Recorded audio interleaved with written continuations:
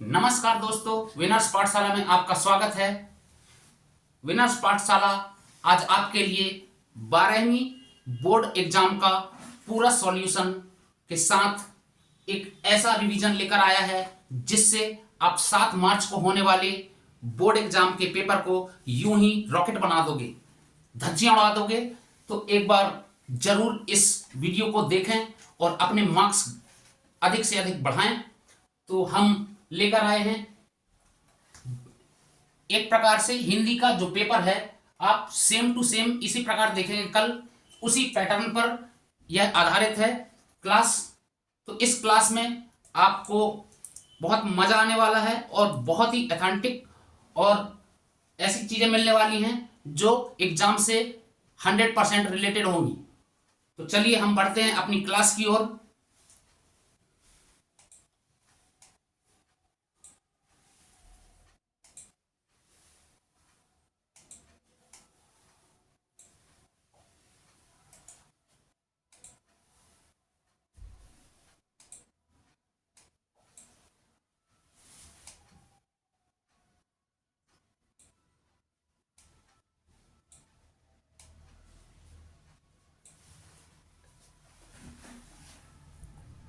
ठीक है प्यारे बच्चों, तो हम सबसे पहले परीक्षा हॉल में जाने से पहले परीक्षा से एक दिन पूर्व हमारी क्या रणनीति होना चाहिए, किस प्रकार से पेपर करना है, यह बहुत इंपॉर्टेंट है।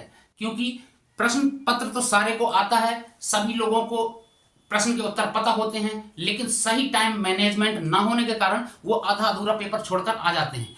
और दूसरा नंबर यह है कि आपको ज्यादा से ज्यादा नंबर कैसे आएंगे, आप कैसे ज्यादा से ज्यादा मार्क्स ला सकते हैं। इस चीज के लिए भी एक स्मार्ट वर्क यह है कि आप किस प्रकार से लेखन कर रहे हैं, किस टाइम पे कर रहे हैं, जितना पूछा गया उतना लिख रहे हैं या फालतू की चीजें लिख रहे हैं। तो आप यह ध्यान दीजिए, जितना शब्द सीमा है उसी हिसाब से लिखना है और उतना ही लिखना है जितना पूछा गया है।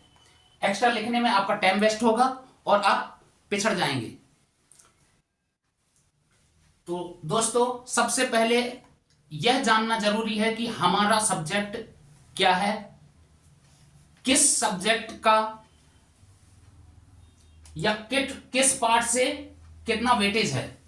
तो हम सबसे पहले एक बार 5 मिनट में यह देखेंगे कि जो अंक आवंटन है वो किस प्रकार से है, किसका वेटेज सबसे ज्यादा है, तो हमको उसी प्रकार से उसको पढ़ना है। जैसे कि आपके बुक में भी दिया होगा, अध्याय का पूरा डिटेल्स है, पूरी सीट बनी है। एक बार आप एक नजर अपनी बुक में भी देख लीजिएगा और यहां है वो भी देख लीजिएगा। तो क्या क्या चीजें आएंगी और कितने नंबर की आएंगी। तो यहाँ आरोह भाग काव्यखंड हरिवंश राय बच्चन जी का है, इसमें आत्म परिचय है, एक गीता आलोक, धनवा, पतंग, ये जो हैं सभी लेखक और कवियों का पूरा डिटेल्स दिया हुआ है, कौन से पाठ हैं, लेसन हैं और उनके कौन से कवि और लेखक हैं। तो इसमें से आपके 17 मार्क्स का जो है 17 नंबर के प्रश्न आएंगे। तो आप एक बार इस चीज को देख लीजिएगा। उसके बाद है काव्यबोध से 9 नंबर के प्रश्न आएंगे। उसमें अलंकार, रस, शब्द शक्ति, शब्द गुण, इस प्रकार के प्रश्न मिलेंगे देखने को। उसके बाद ये गद्य, उससे होंगे 17 नंबर गद्यांश एवं पद्यांश। आपने हर पेपर में एक गद्यांश और एक पद्यांश पक्का आता है, उसके बीच से क्वेश्चन पूछे जाते हैं। उसके बाद है भाषा का बोध, उससे 12 नंबर का आपको क्वेश्चन देखने मिलेंगे।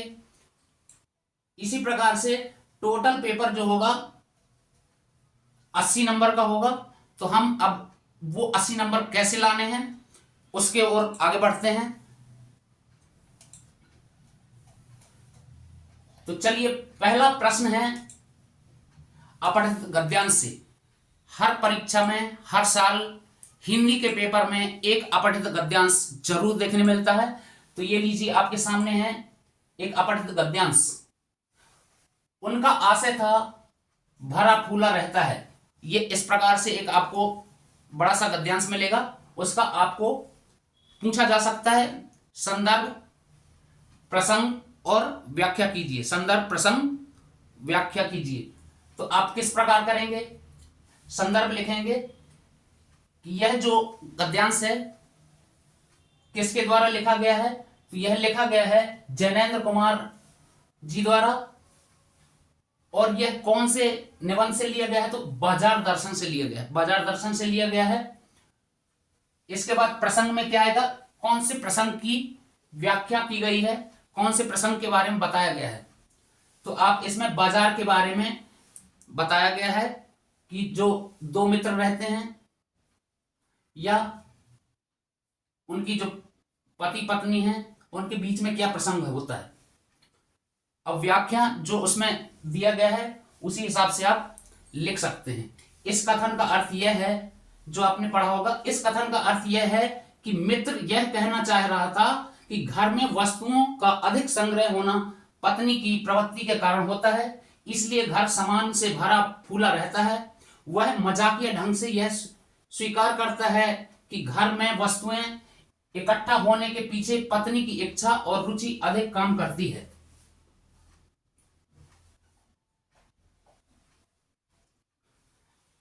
ठीक है प्यारे बच्चों,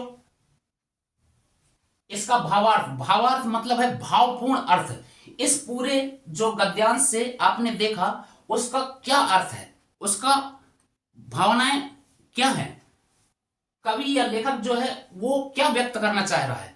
तो वह यह व्यक्त करना चाह रहा है कि जो ये पंक्तियां हैं उसके माध्यम से लेखक बाजार की प्रवृत्ति और मनुष्य की अधिक खरीदने की जो अधिक खरीदने की आदत है, हल्का व्यंग कर रहा है उस बात पर कि जो व्यक्ति है वह बाजार जाकर बाजार की चमक दमक देखकर बहुत अधिक चीजें खरीद लेता है। चलिए उसके बाद एक हमको यहां पंक्ति दी गई है, पद्यांश समझिए। तो एक आपको गद्यांश हो गया और एक पद्यांश, इसी प्रकार से एक पद्यांश भी मिलेगा। क्वेश्चन नंबर सीरियल कोई भी हो सकता है लेकिन आपको जरूर देखने मिलेगा। तो आप अपने पाठ्य पुस्तक से एक बार देख लीजिएगा। और भी इसके अलावा मैं सिर्फ एग्जाम्पल के लिए एक सीक्वेंस में ये बता रहा हूं कि किस प्रकार के क्वेश्चन होंगे। एक गद्यांश होगा और एक पद्यांश होगा। कल आपको एक पेपर में चिपका मिलेगा, 100% है, आएगा तो आएगा।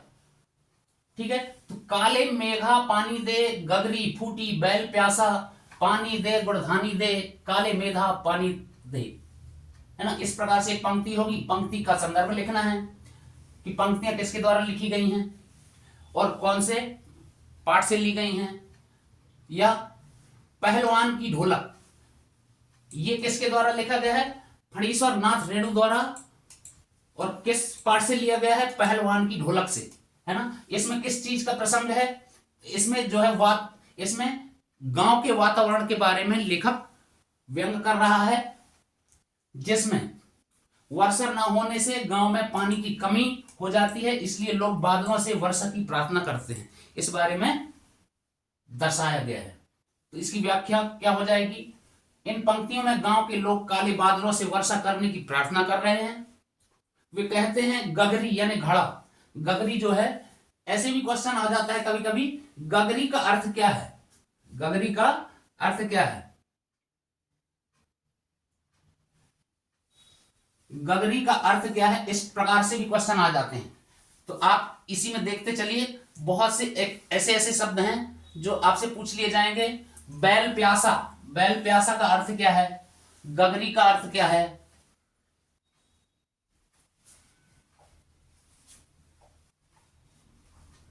पानी दे गुड़धानी दे, इसका अर्थ क्या है?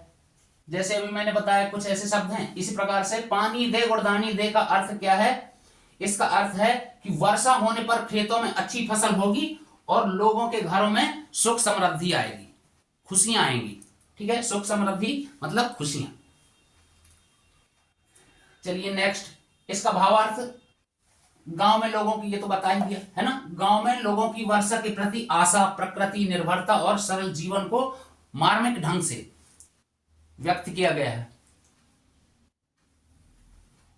चलिए अगला काव्यांश उसी प्रकार, आंगन के लिए चांद के टुकड़े को खड़ी हाथों पर झुलाती है, उसे गोद भरी रह रह के हवा में जो लहराती है, गूंज उठती हैं खिलखिलाते बच्चों की हंसी। इसमें भी वही है, इसमें भी पूछा जाएगा भावपूर्ण व्याख्या कीजिए संदर्भ प्रसंग के साथ। ठीक है प्यारे बच्चों, तो आप एक बार इसको देख लीजिएगा, ये आपके सामने है अगला प्रश्न। इसमें भी वही व्याख्या करना है, तो प्रसंग पहले लिखना है। अगर पूछता है उसमें प्रश्न में पूछा जाएगा संदर्भ प्रसंग के साथ, या सिर्फ लिखा जाएगा व्याख्या कीजिए लिखा होगा तो आपने व्याख्या करनी है। और ऐसे भी पूछ सकता है इस पद्यांश के कवि या गद्यांश के लेखक कौन है, ऐसे भी हो सकता है। चलिए नेक्स्ट, अब हम आएंगे, कुछ इस टाइप के प्रश्न मिलेंगे कि जहां पर ये पूछा 2-3 संधियां दी होंगी और पूछा जाएगा कि इनका संधि विच्छेद कीजिए। ठीक है, तो महात्मा, महात्मा को कैसे संधि विच्छेद करेंगे, महाधन आत्मा कैसे करेंगे, महात्मा। उसके बाद आएगा लोकहित, लोकहित को कैसे करेंगे, लोकधन हित, लोकधन हित। नमस्कार, नमस्कार को कैसे करेंगे, नमः धनकार, नमः धनकार। इस प्रकार से 8-10 ये एग्जाम्पल दिए गए हैं, ये आप देख लीजिएगा और इसी प्रकार से आप कर सकते हैं। ये एक फॉर्मेट है, इसी प्रकार से क्वेश्चन मिलेंगे। तो एक बार अगले क्वेश्चन की ओर चलते हैं। इसी प्रकार से 1 या 2 नंबर का समास आ सकता है, और आएगा ही, 1 नंबर का जरूर आएगा समास की यह कौन सा समास है, या उदाहरण दिया होगा वो पहचानना होगा, या समास, समास कौन सा समास है। जैसे आपको दिया है राजपुत्र, दिन रात, ये पूछ लेगा इसका विग्रह कीजिए। तो राजपुत्र यानी राजा का पुत्र, दिन रात, दिन और रात। अब मुहावरे आएंगे, 1-2 मुहावरे आ जाएंगे, या तो उसका अर्थ लिखने के लिए आएगा या तो वाक्य में प्रयोग करने के लिए आएगा। आंखों का तारा बहुत इंपॉर्टेंट प्रश्न है। आंखों का तारा हर वर्ष किसी ना किसी सेट में आपको चिपका मिलेगा, 100% अभी से बता रहा हूं, कल आप जाकर देखेंगे पक्का। ये आंखों का तारा और 9-2-11 हो जाना, दांत खट्टे करना, इस टाइप के क्या बोलते हैं मुहावरे। एक मुहावरा 100% 1 नंबर आपका फिक्स है, आप जरूर पढ़ के जाइए मुहावरे और उनका अर्थ। तो आंखों का तारा होने यानी अत्यंत प्रिय होना। जैसे इसका आप वाक्यों में प्रयोग कैसे बनाएंगे, राम अपनी माता पिता की आंखों का तारा है, या मोहन अपनी मां की आंखों का तारा है। ठीक है, 9-2-11 होना, 9-2-11 होना यानी भाग खड़े होना। ठीक है, तो जैसे इसका वाक्य में प्रयोग कैसे हो जाएगा, पुलिस को देखकर चोर 9-2-11 हो गए। ठीक है, चलिए नेक्स्ट, दांत खट्टे करना यानी बुरी तरह पराजित करना, हरा देना। ठीक है, वाक्य क्या होगा, हमारी टीम ने विरोधी टीम के दांत खट्टे कर दिए, यानी बुरी तरह से उनको पराजित कर दिया। ठीक है, इसी प्रकार से चलिए, आसमान सिर पर उठाना, आसमान सिर पर उठाना यानी बहुत शोर मचाना, एक छोटी सी बात पर उसने सारा आसमान सर पर उठा लिया। ठीक है, ये इसका वाक्य में प्रयोग हो जाएगा। 4 चांद लगाना, 4 चांद लगाना मतलब होता है बहुत शोभा बढ़ा देना। ठीक है, किसी भी काम पे बहुत अच्छे तरीके से परफॉर्मेंस करना। जैसे कि कोई भी बच्चा होता है, स्कूल में कोई कंपटीशन है तो उसमें डांस प्रतियोगिता है, उसमें बहुत अच्छा परफॉर्मेंस किया तो क्या बोलेंगे कि यार उसने तो इस शो में 4 चांद लगा दिए। ठीक है, इसी प्रकार से ये हो जाएगा। खून पसीना एक करना यानी बहुत मेहनत करना। जो किसान होता है अपनी फसल उगाने के लिए या फसल को देखरेख के लिए, उगाने के लिए खून पसीना एक कर देता है। ठीक है, अच्छा चलिए, अब एक प्रश्न इस टाइप का भी मिल सकता है, वाच्य पहचानिए। तो राम पत्र लिखता है, कौन सा है, पत्र राम द्वारा लिखा गया कौन सा है। तो यह आपके सामने ये उत्तर लिखे हुए हैं। ये है और ये है कर्मवाच्य और ये कृतवाच्य। ठीक है, इस प्रकार से आप बिना घबराए आपने पेपर तसल्ली से देना है और आपकी स्पीड इतनी होनी चाहिए कि दूसरा यदि एक करता है तो हम 2 क्वेश्चन करके निकल जाएं। ठीक है, वही है स्मार्ट वर्क, तभी आपके नंबर दूसरे लोगों से अधिक होंगे। चलिए नेक्स्ट, निम्न में से किसी एक विषय पर निबंध लिखिए। बहुत इंपॉर्टेंट प्रश्न है, आपको पक्का हर प्रश्न पत्र में आपको यह प्रश्न देखने मिलेगा। टॉपिक कोई भी हो सकता है, मैंने एग्जाम्पल के लिए दिया है पर्यावरण संरक्षण, विद्यार्थी जीवन, मोबाइल फोन से लाभ हानि, इसके अलावा मेले का देखा गया वर्णन या मैच का आंखों देखा वर्णन। इस प्रकार के टॉपिक हो सकते हैं। इन टॉपिक पे आपको एक सुंदर सा निबंध पूछा जाएगा। निबंध लिखने का एक बहुत अच्छा तरीका है, सबसे पहले आप भूमिका लिखिए, उसके बाद संदर्भ लिखिए। ठीक है, और उसके बाद आप अंत में संदर्भ, प्रसंग, व्याख्या और आखिरी में लिखेंगे उपसंहार। उपसंहार, ठीक है, ये एक फॉर्मेट है किसी भी चीज को सजाने का। आप जितनी अच्छी राइटिंग करेंगे उतने अच्छे मार्क्स मिलेंगे। सामने जो जांचने वाला है वो ये देखता है आपकी कॉपी कितनी साफ सुथरी है, कितने अच्छे तरीके से लिखा है। कॉपी को सजाना यानी कॉपी बोलना चाहिए आपकी, सामने वाले को पढ़ने की जरूरत नहीं पड़े, उसको कुछ ऐसे टॉपिक देखें जो लगे कि हाँ किसी बच्चे ने लिखा है, तब आपको मार्क्स ऑटोमेटिक मिलेंगे। स्मार्ट तरीके से लिखोगे, आप पूरा लिख कर आओगे लेकिन सामने वाले को पसंद नहीं आया तो आपके मार्क्स ऑटोमेटिक कट जाएंगे। तो लिखना है, साफ लिखना है, साफ स्वच्छ लिखना है और सही लिखना है, जितनी जरूरत है उतना लिखना है। चलिए, तो पर्यावरण के बारे में, ठीक है, मोबाइल फोन के बारे में आपको बता ही दिया। किसी एक टॉपिक पर आपको इस तरीके से निबंध लिखना है। ठीक है, नेक्स्ट चलें। इसके बाद आपको एक पत्र लिखने के लिए आएगा। पत्र हर पेपर में आता है, एक निबंध हो गया, पत्र हो गया। पत्र 2 प्रकार के होते हैं, औपचारिक और दूसरा होता है अनौपचारिक। तो चलिए हम देखते हैं आगे। ठीक है, मैंने आपको बता दिया, ये आप एक बार रिवाइज कर लीजिएगा एक निबंध। ठीक है, जैसे मोबाइल फोन के बारे में चलो बता ही देता हूं, भूमिका क्या होगी। आज का युग विज्ञान और तकनीक का युग है। विज्ञान ने मानव जीवन को बहुत सरल और सुविधाजनक बना दिया है। मोबाइल फोन भी विज्ञान की एक महत्वपूर्ण देन है।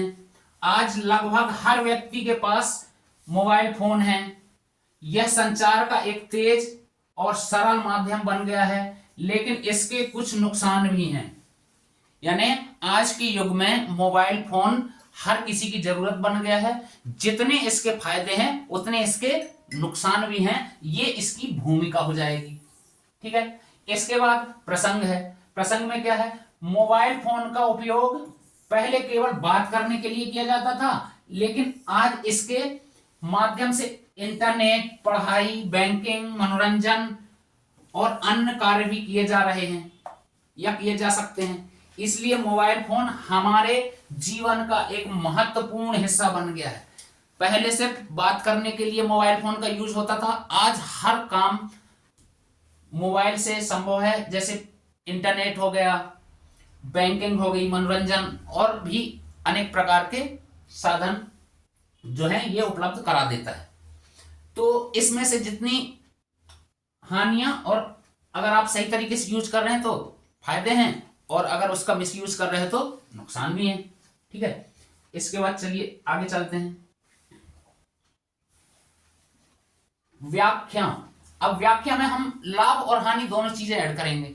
ठीक है, क्योंकि इसमें पूछा ही गया है लाभ और हानियां, है ना।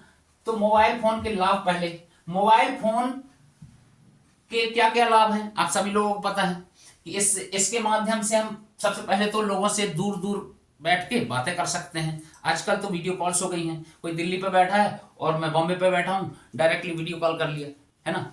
इस प्रकार से ऑनलाइन पढ़ाई कर सकते हैं।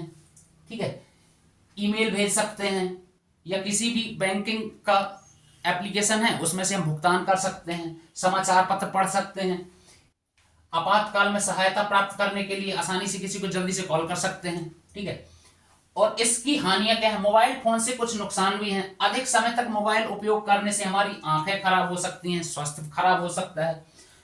ठीक है, सोशल मीडिया में समय बर्बाद होता है, जिससे हमारी पढ़ाई में बाधा आ जाती है, हम कम पढ़ते हैं, क्योंकि ज्यादा देर तक 1 घंटे पढ़ेंगे 4 घंटे रील खिसकाएंगे, है ना, तो टाइम वेस्ट होगा। तो इसका निष्कर्ष क्या निकला?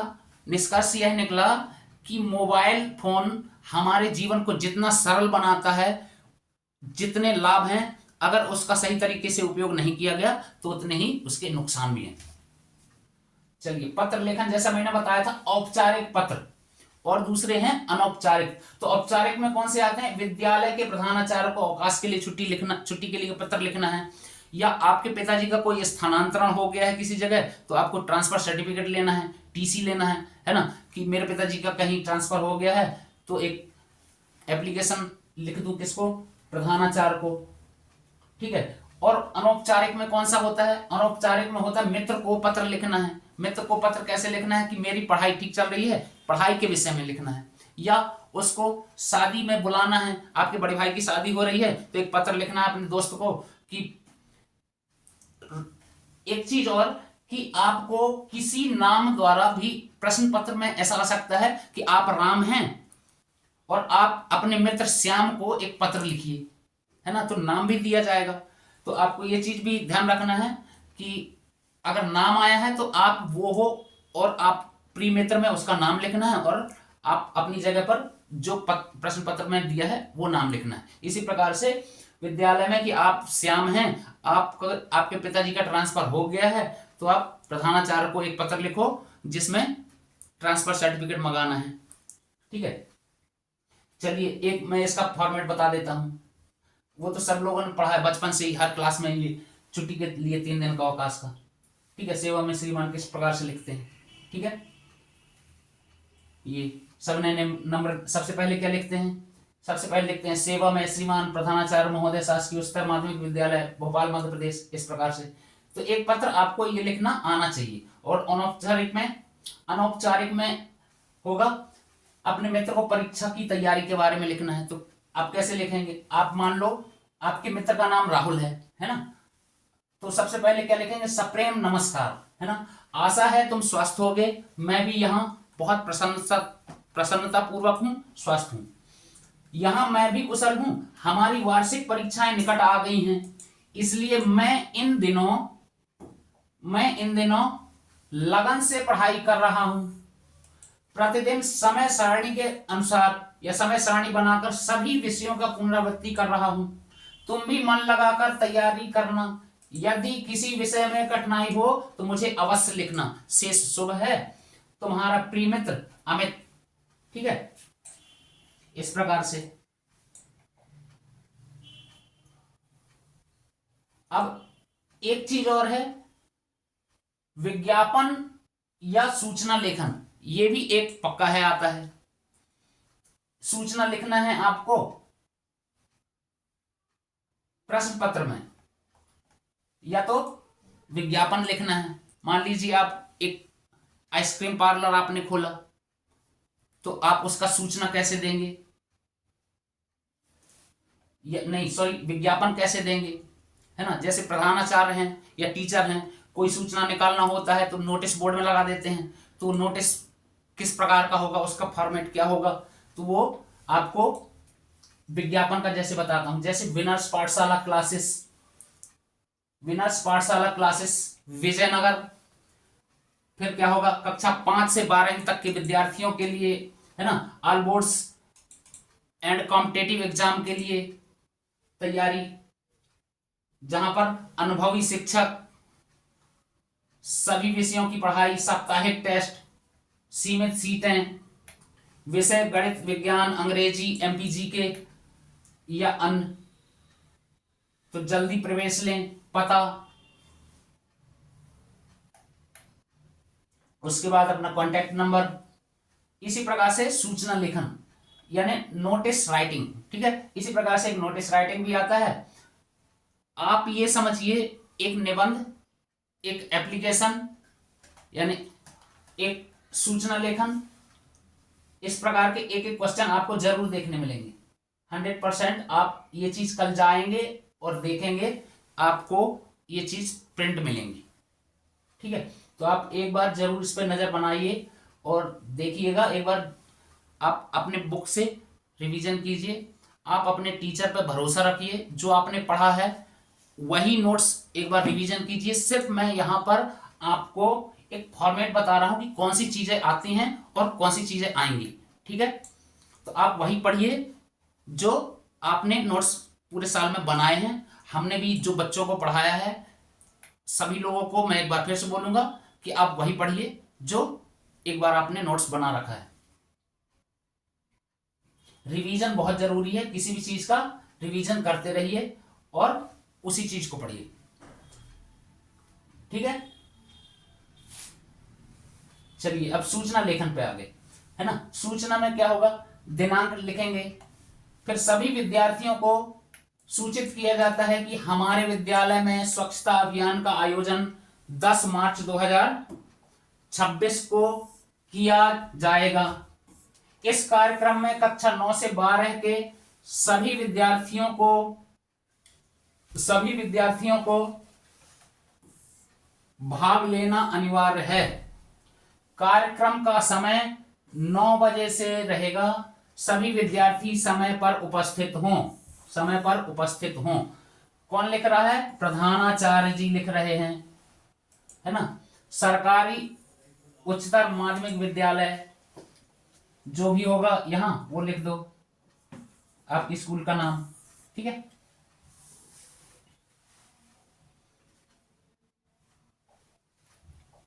उसके बाद एक जीवन परिचय, जीवनी, ऐसा लिखने के लिए आएगा। सूरदास जी के बारे में एक जीवनी लिखिए। कभी कभी ऐसे आ जाता है, सूरदास जी की 2 रचनाएं लिखिए एवं उनका साहित्य में क्या योगदान था, इस टाइप से आ जाएगा, है ना। बहुत इंपॉर्टेंट क्वेश्चन है, हर साल किसी ना किसी सेट में यह प्रश्न देखने मिलता है। तो एक बार फिर से इसका आप रिवीजन करिए। सूरदास जी का परिचय है। सूरदास जी भक्ति काल के महान कवि थे। इस प्रकार का आपको प्रश्न, इसमें से बहुत सारे प्रश्न बनते हैं, तो एक बार मैं इसको अच्छे तरीके से बताऊंगा, ठीक है। सूरदास जी भक्ति काल, ये बहुत इंपॉर्टेंट है, ऐसे क्वेश्चन आ सकता है, सूरदास जी किस काल के कवि थे, तो भक्ति काल के कवि थे, ठीक है। महान कवि थे। अब फिल इन ब्लैंक में भी आ सकता है, भक्ति काल के खाली स्थान कवि थे सूरदास जी, ठीक है। इसकी जगह पर रीति काल भी आ जाएगा और सत्य असत्य के लिए क्या बोलते हैं, चुनना होगा, ठीक है। अब दूसरा प्रश्न क्या बन सकता है, क्या सूरदास जी भक्ति धारा से संबंधित थे, तो हां थे। सत्य असत्य में इस प्रकार कहा जाएगा, तो ठीक है। सूरदास जी भक्ति काल के महान कवि थे, वे कृष्ण भक्ति धारा के प्रमुख कवि माने जाते हैं। तो इस प्रकार से भी हो सकता है कि कृष्ण भक्ति धारा के प्रमुख कवि कौन थे, सूरदास जी थे, है ना। उनकी प्रमुख रचनाओं में कृष्ण के बाल लीला, प्रेम और भक्ति का अत्यंत मार्मिक वर्णन है। यानी उनकी जो रचनाएं हैं उसमें कृष्ण भक्ति की बाल लीलाएं, प्रेम और भक्ति जो है, मार्मिक का मतलब क्या होता है, मन को जो छू जाए, ठीक है। इसके बाद जन्म एवं प्रारंभिक जीवन, उनका जन्म ये पूछा जा सकता है, सूरदास जी का जन्म कब हुआ, तो 1478 ईस्वी में हुआ। कहां पर हुआ स्थान, तो जन्म स्थान के विषय में मतभेद है, ठीक है। कोई कहता है हरियाणा में हुआ, ठीक है, कोई कहता है फरीदाबाद में हुआ, फरीदाबाद के, हरियाणा के फरीदाबाद में हुआ, तो कोई बोलता है सीही ग्राम में हुआ है, ठीक है। ऐसे है। कहा जाता है कि वे जन्म से ही दृष्टिहीन थे, ये भी बहुत महत्वपूर्ण है। ठीक है। उनका बचपन का नाम, उनका बचपन मन भक्ति और संगीत में गुजरा, या उनका मन संगीत भक्ति में लगा रहता था। ठीक है, चलिए आगे बढ़ते हैं।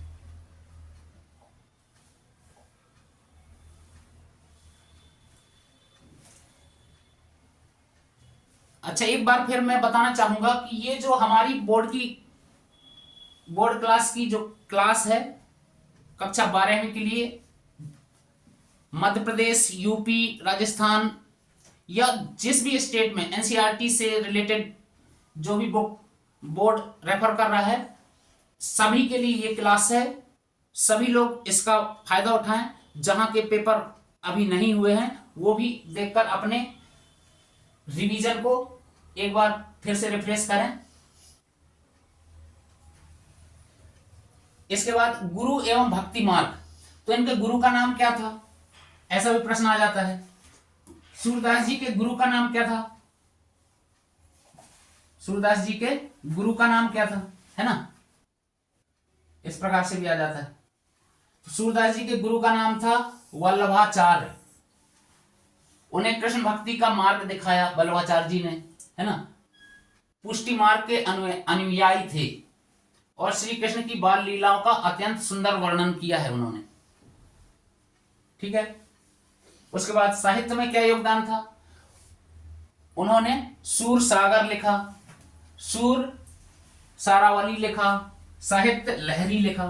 तो ऐसे आ जाता है, साहित्य लहरी किसने लिखा, सूर सागर किसने लिखा, सूरावली किसने लिखा? तो ये सारे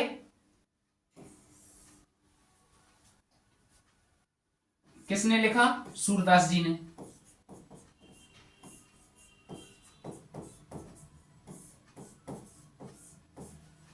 ठीक है।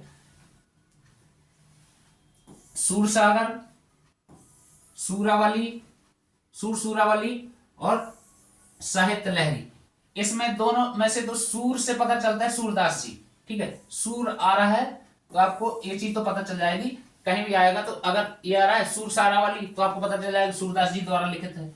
सूर सागर तो ये भी। अब साहित्य लहरी, साहित्य लहरी ये थोड़ा सा आप याद करना पड़ेगा, साहित्य लहरी भी सूरदास जी ने लिखा है। सही जोड़ियों में भी आता है इस प्रकार का कि मिलाना पड़ेगा आपको। सूर सागर किसने लिखा, ऑप्शन में क्या बोलते हैं, ऊपर नीचे रहेगा और आपको एक आपको देखने मिलेगा। चलिए इसी में आगे, सूरसागर उनकी सर्वाधिक प्रसिद्ध कृति है, ऐसे भी आ सकता है। सूरदास जी की सर्वाधिक प्रसिद्ध कृति कौन सी है? तो सूरसागर है, जिसमें क्या है, बाल लीलाएं और गोपियों के प्रेम का भावपूर्ण चित्रण है। ठीक है। फिर साहित्य में विशेषताएं क्या हैं? अब सूरदास जी के साहित्य की क्या क्या विशेषताएं हैं, ऐसे भी आ सकता है कि सूरदास जी के साहित्य की विशेषताएं लिखिए। तो आपने कृष्ण भक्ति की प्रधानता है, वात्सल और श्रृंगार रस का सुंदर चित्रण है, सरल मधुर एवं भावपूर्ण भाषा है, ब्रज भाषा का प्रयोग किया गया है। अब यह भी आ सकता है कि सूरदास जी का निधन कब हुआ था? सूरदास जी का निधन 1583 ईस्वी में माना जाता है। ठीक है। एक और प्रश्न, एक कवि के बारे में और एक लेखक के बारे में आना है, तो एक रघुवीर सहाय जी का जीवन परिचय है, इसको भी देखिए, ये भी बहुत इंपॉर्टेंट है। तो इनका जन्म कब हुआ है? 1929 में लखनऊ में हुआ है। और इनकी मृत्यु कब हुई है? 30 दिसंबर 1990। कब हुई है? 30 दिसंबर 1990, नई दिल्ली। ठीक है। इनके जीवन का परिचय क्या है? रघुवीर सहाय आधुनिक हिंदी साहित्य के प्रसिद्ध कवि हैं, लेखक और पत्रकार हैं। ठीक है। यानी आधुनिक हिंदी साहित्य के प्रसिद्ध कवि, लेखक और पत्रकार थे। उनका जन्म कहां हुआ? लखनऊ में। उन्होंने अपनी शिक्षा लखनऊ विश्वविद्यालय से प्राप्त की। हिंदी कविता में नई कविता आंदोलन के प्रमुख कवियों में से माने जाते हैं। ठीक है। रघुवीर सहाय ने पत्रकारिता के क्षेत्र में भी महत्वपूर्ण कार्य किया। प्रसिद्ध साप्ताहिक पत्रिका दिनमान के संपादक, क्या है, दिनमान के संपादक भी रहे हैं। ऐसे भी आ सकता है, दिनमान के संपादक कौन रहे हैं, ठीक है। उनकी रचनाओं में समाज, राजनीति, आम आदमी की समस्याओं का सशक्त चित्रण मिलता है। भाषा सरल है, स्पष्ट है और व्यंग्यपूर्ण होती थी, ठीक है। उसके बाद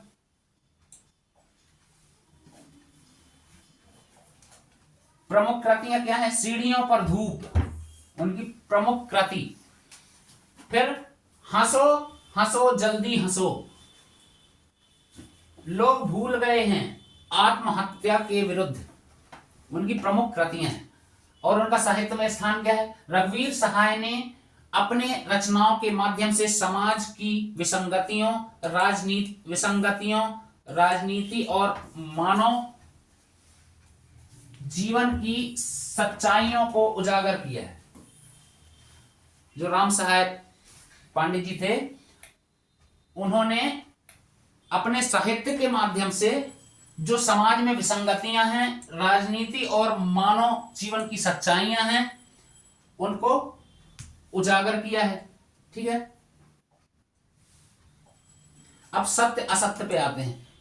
2-3 क्वेश्चन सत्य असत्य छांटिए, इसमें से जरूर आते हैं 2-3 क्वेश्चन। तो चलिए हम उसकी तरफ चलते हैं। विद्यालय एक समास है, तो आपको सत्य असत्य बताना है, ठीक है।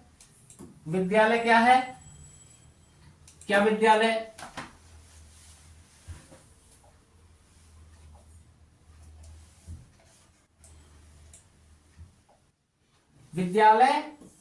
एक समास है, बताओ आप सभी लोग। हाँ, विद्यालय एक समास है, ठीक है, विद्यालय एक समास है, ये सही है, ठीक है। राजपुत्र बहुब्रीहि समास है, नहीं। बहुब्रीहि समास का एक एग्जांपल बता रहा हूं, लंबोदर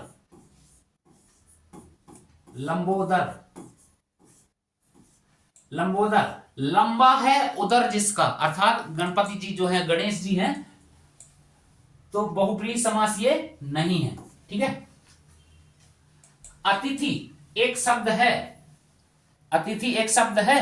हाँ, अतिथि तो एक शब्द है, देख ही रहा है ना। शब्द जैसे एक, ये भी एक शब्द है, समास एक शब्द है ना। राजपुत्र एक शब्द है, तो क्या, ठीक है, ये एक शब्द है, हाँ।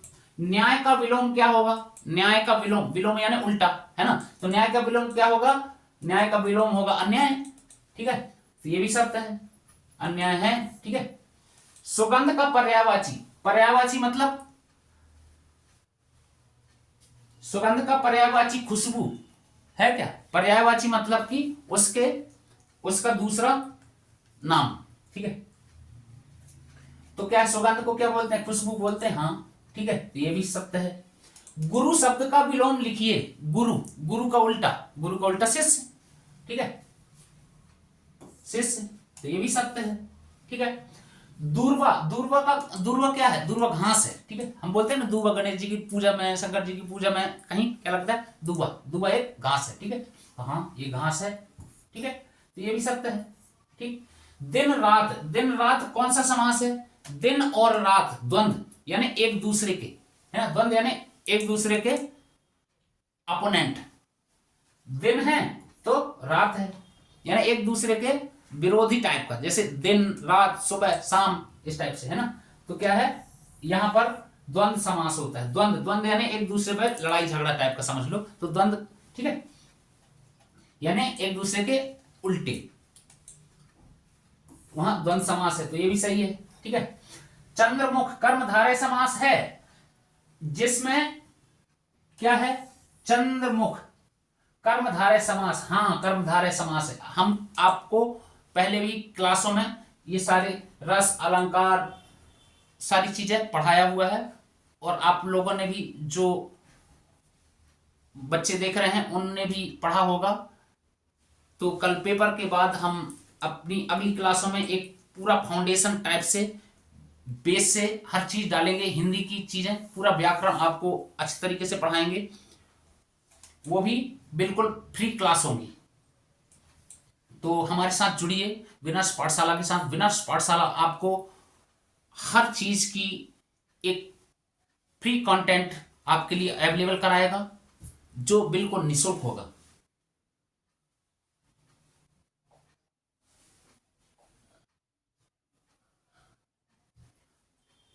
अलंकार व रस के बारे में, चांद सा मुख, अलंकार व रस, चांद सा मुख उपमा अलंकार है, यानी चांद सा मुख है जिसका, है ना, चांद सा मुख, यानी इसमें क्या है, उपमा हो रही है, तो यह क्या हो जाएगा, सत्य हो जाएगा। ठीक है, यह क्या हो जाएगा, चांद सा मुख जिसका, है ना, ये क्या है, एक उपमा ही तो है, तो ये क्या है, सत्य है।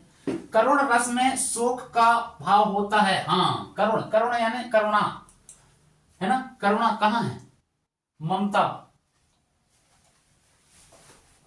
जहां पर करुण रस में शोक, रोने वाले, जहां पर किसी को रोना आ जाए, शोक हो, है ना, करुणा हो, ये भी सत्य है। ठीक है, वीर रस में भय का नहीं, वीर रस में वीरता का, तो यहां पर ये तो पक्का गलत हो जाएगा। ठीक है ना, वीर रस पता चल रहा है, वीरता का जहां पर हो भाव, तो यहां पर किसका भाव है, भय का है क्या, वीर रस में नहीं, है ना, तो ये गलत हो जाएगा। श्रृंगार रस में रति, श्रृंगार रस रति, ये सत्य है। ये इस श्रृंगार रस से, इसमें से एक पक्का प्रश्न पूछा जाता है, चाहे वो फिल इन ब्लैंक हो, यानी खाली स्थान में रिक्त स्थान की पूर्ति कीजिए, या सही गलत में, या सही जोड़ियों में।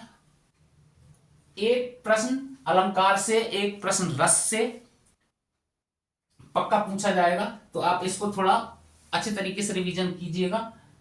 ठीक है, चलिए आगे। अनुप्रास अलंकार में वर्णों की पुनरावृत्ति होती है। हाँ, यानी बार बार वर्णों की पुनरावृत्ति होती है। ठीक है, ये भी सही है। यमक अलंकार में समान शब्दों, यानी समान शब्द दो बार लिखे जाते हैं।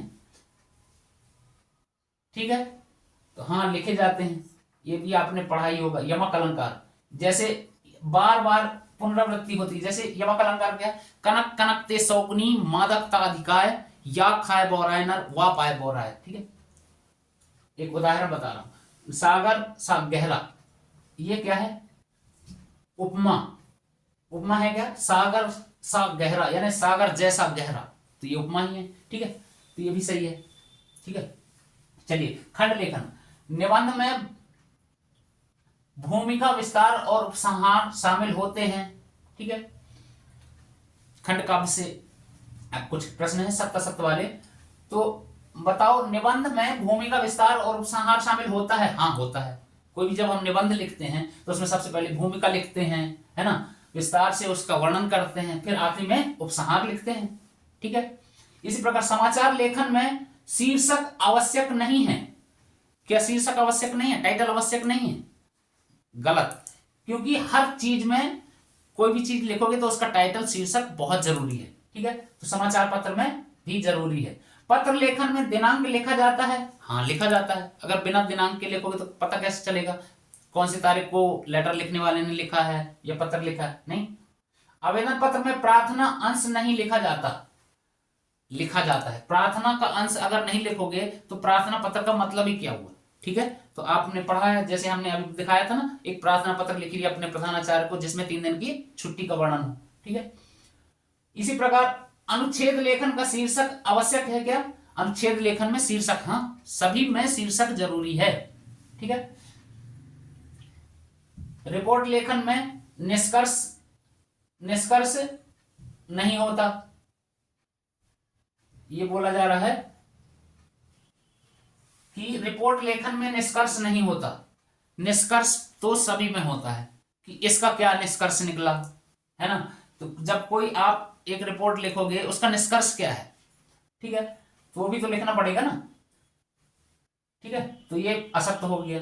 बायोस्कोप में घटनाओं का वर्णन दिया जाता है। दिया नहीं जाता, उसमें देखा जाता है, ठीक है, बायोस्कोप से घटनाओं का वर्णन दिया, तो ये गलत हो जाएगा। नोटिस में आयोजन का विवरण लिखा जाता है। आयोजन कौन सा आयोजन? जब कोई आप नोटिस बोर्ड में कोई नोटिस चिपकाते हैं, लगाते हैं या देखते हैं, तो आपने उसमें देखा होगा कि आयोजन का विवरण कि कौन सा कार्यक्रम किया जा रहा है उसका विवरण लिखा रहेगा, तभी तो पता चलेगा किस बारे में नोटिस है, ठीक है। तो ये सही है। हाथ में लिखा आवेदन मान्य होता है क्या? जो हाथ से लिखा जाता है आवेदन, हाँ होता है, हाथ से भी लिख सकते हैं या कोई टाइप करके लिखता है, ठीक है। संदेश लेखन में प्रेषक और प्राप्तकर्ता दोनों का उल्लेख होता है, हाँ होता है, ठीक है। इस प्रकार से ये सही गलत वाले। अब आइए, सबसे पहला प्रश्न आपको मैं बता रहा हूं, इस टाइप का मिलेगा आपको, ठीक है। आपको प्रश्न पत्र खोलते ही आपको मिलेगा चूज करेक्ट आंसर वाला, यानी बहुविकल्पी प्रश्न। तो चलिए हम एक बार उनके भी एग्जाम्पल देख लेते हैं। आप यदि सारे रस, अलंकार या अपने सारे पाठों को अच्छी तरह से पढ़ा है तो आप सारे प्रश्न के उत्तर कर ले जाएंगे, ठीक है। जैसे एग्जाम्पल के लिए रामचरितमानस के रचयिता कौन है? तो तुलसीदास जी हैं, ठीक है। मैंने ये रेड मार्क कर दिया है, तो आप जल्दी से एक बार रिवीजन कर लीजिए, ठीक है। गोदान उपन्यास के लेखक कौन है? बहुत इंपॉर्टेंट क्वेश्चन है, ठीक है। तो कौन है? प्रेमचंद, मुंशी प्रेमचंद जी हैं गोदान के, ठीक है। सूरदास जी किस काल के कवि थे? मैंने फर्स्ट में ही बताया था, जब हम सूरदास जी का जीवन परिचय देख रहे थे, तो ये पक्का आता है इस टाइप का क्वेश्चन, ठीक है। सूरदास जी से एक दो क्वेश्चन तो पक्का चिपके मिलेंगे, सूरदास जी और तुलसीदास जी से। मुंशी प्रेमचंद जी हो गए, ठीक है, उनके बारे में भी, उनकी कविताएं लिखी सूरदास जी की जो रचनाएं हैं, एक दो रचनाएं पूछ लेगा, या तो रचनाएं दी होंगी, छांटने के लिए रहेगा किसने लिखा किसने लिखा, ठीक है। अब सूरदास जी किस काल के कवि थे? तो भक्ति काल के, मैंने बताया था अभी, इस टाइप के क्वेश्चन आते हैं। कबीर दास जी जो हैं किस प्रकार के कवि थे? भक्तिकालीन कवि थे, भक्तिकालीन, ठीक है, भक्ति काल के, ठीक है। रश्मि रथी के रचिता कौन है? रश्मि रथी के रचिता, ठीक है, रश्मि रथ के रचिता कौन है? आप सब लोग कमेंट करके बताइए। रामाधारी सिंह दिनकर, ठीक है। रश्मि रथी के रचिता कौन है? रामाधारी सिंह दिनकर जी हैं, ठीक है। कलम का सिपाही किसे कहा जाता है? बहुत इंपॉर्टेंट क्वेश्चन है, 10वीं 12वीं में ये हर साल किसी ना किसी सेट में एक बार चिपका मिलेगा पक्का, ठीक है। तो कलम का सिपाही किसे कहते हैं? मुंशी प्रेमचंद जी को, ठीक है, कलम का सिपाही कहा जाता है। साकेत किसकी रचना है? साकेत के रचिता कौन है?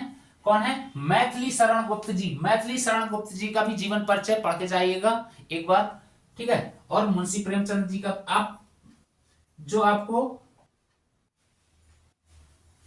इजी और सरल लगता है उन सभी को क्या बोलते हैं, जब आता है, अथवा ये नहीं तो ये कीजिए, ये नहीं तो ये कीजिए, तो आपको जो सरल लगता है इजी तरीके से, जो आपको अच्छे तरीके से जिसका रिवीजन किया है वो लेकर आएगा, ठीक है। चलिए, अब एक मैंने बताया था सही जोड़ियां कीजिए, है ना, सही जोड़ी बनाइए, ठीक है, सही जोड़ी बनाइए। तो इस प्रकार से एक कॉलम रहेगा और दूसरा कॉलम रहेगा, इस प्रकार से ये मिसमैच जोड़ियां रहेंगी और इनको आपको क्या है, मैच करना है, ठीक है। तो मैच करना है, तो इस साइड मैंने सही जोड़ियों के आंसर दे दिए। तो पहले रामचरितमानस किसने लिखा है? रामचरितमानस तुलसीदास जी ने लिखा है, ठीक है, तो इसका ये मैचिंग हो जाएगा। पंचवटी किसने लिखा है? पंचवटी, चलो पंचवटी किसने लिखा बताओ, मैं इस साइड थोड़ा सा इसको बंद करता हूं, ठीक है।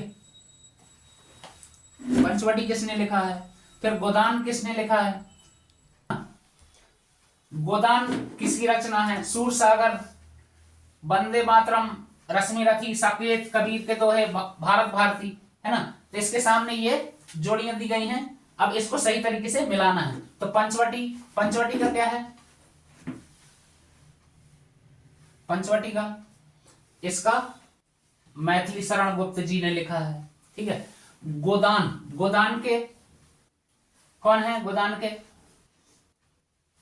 बताओ, मुंशी प्रेमचंद जी हैं गोदान, ठीक है।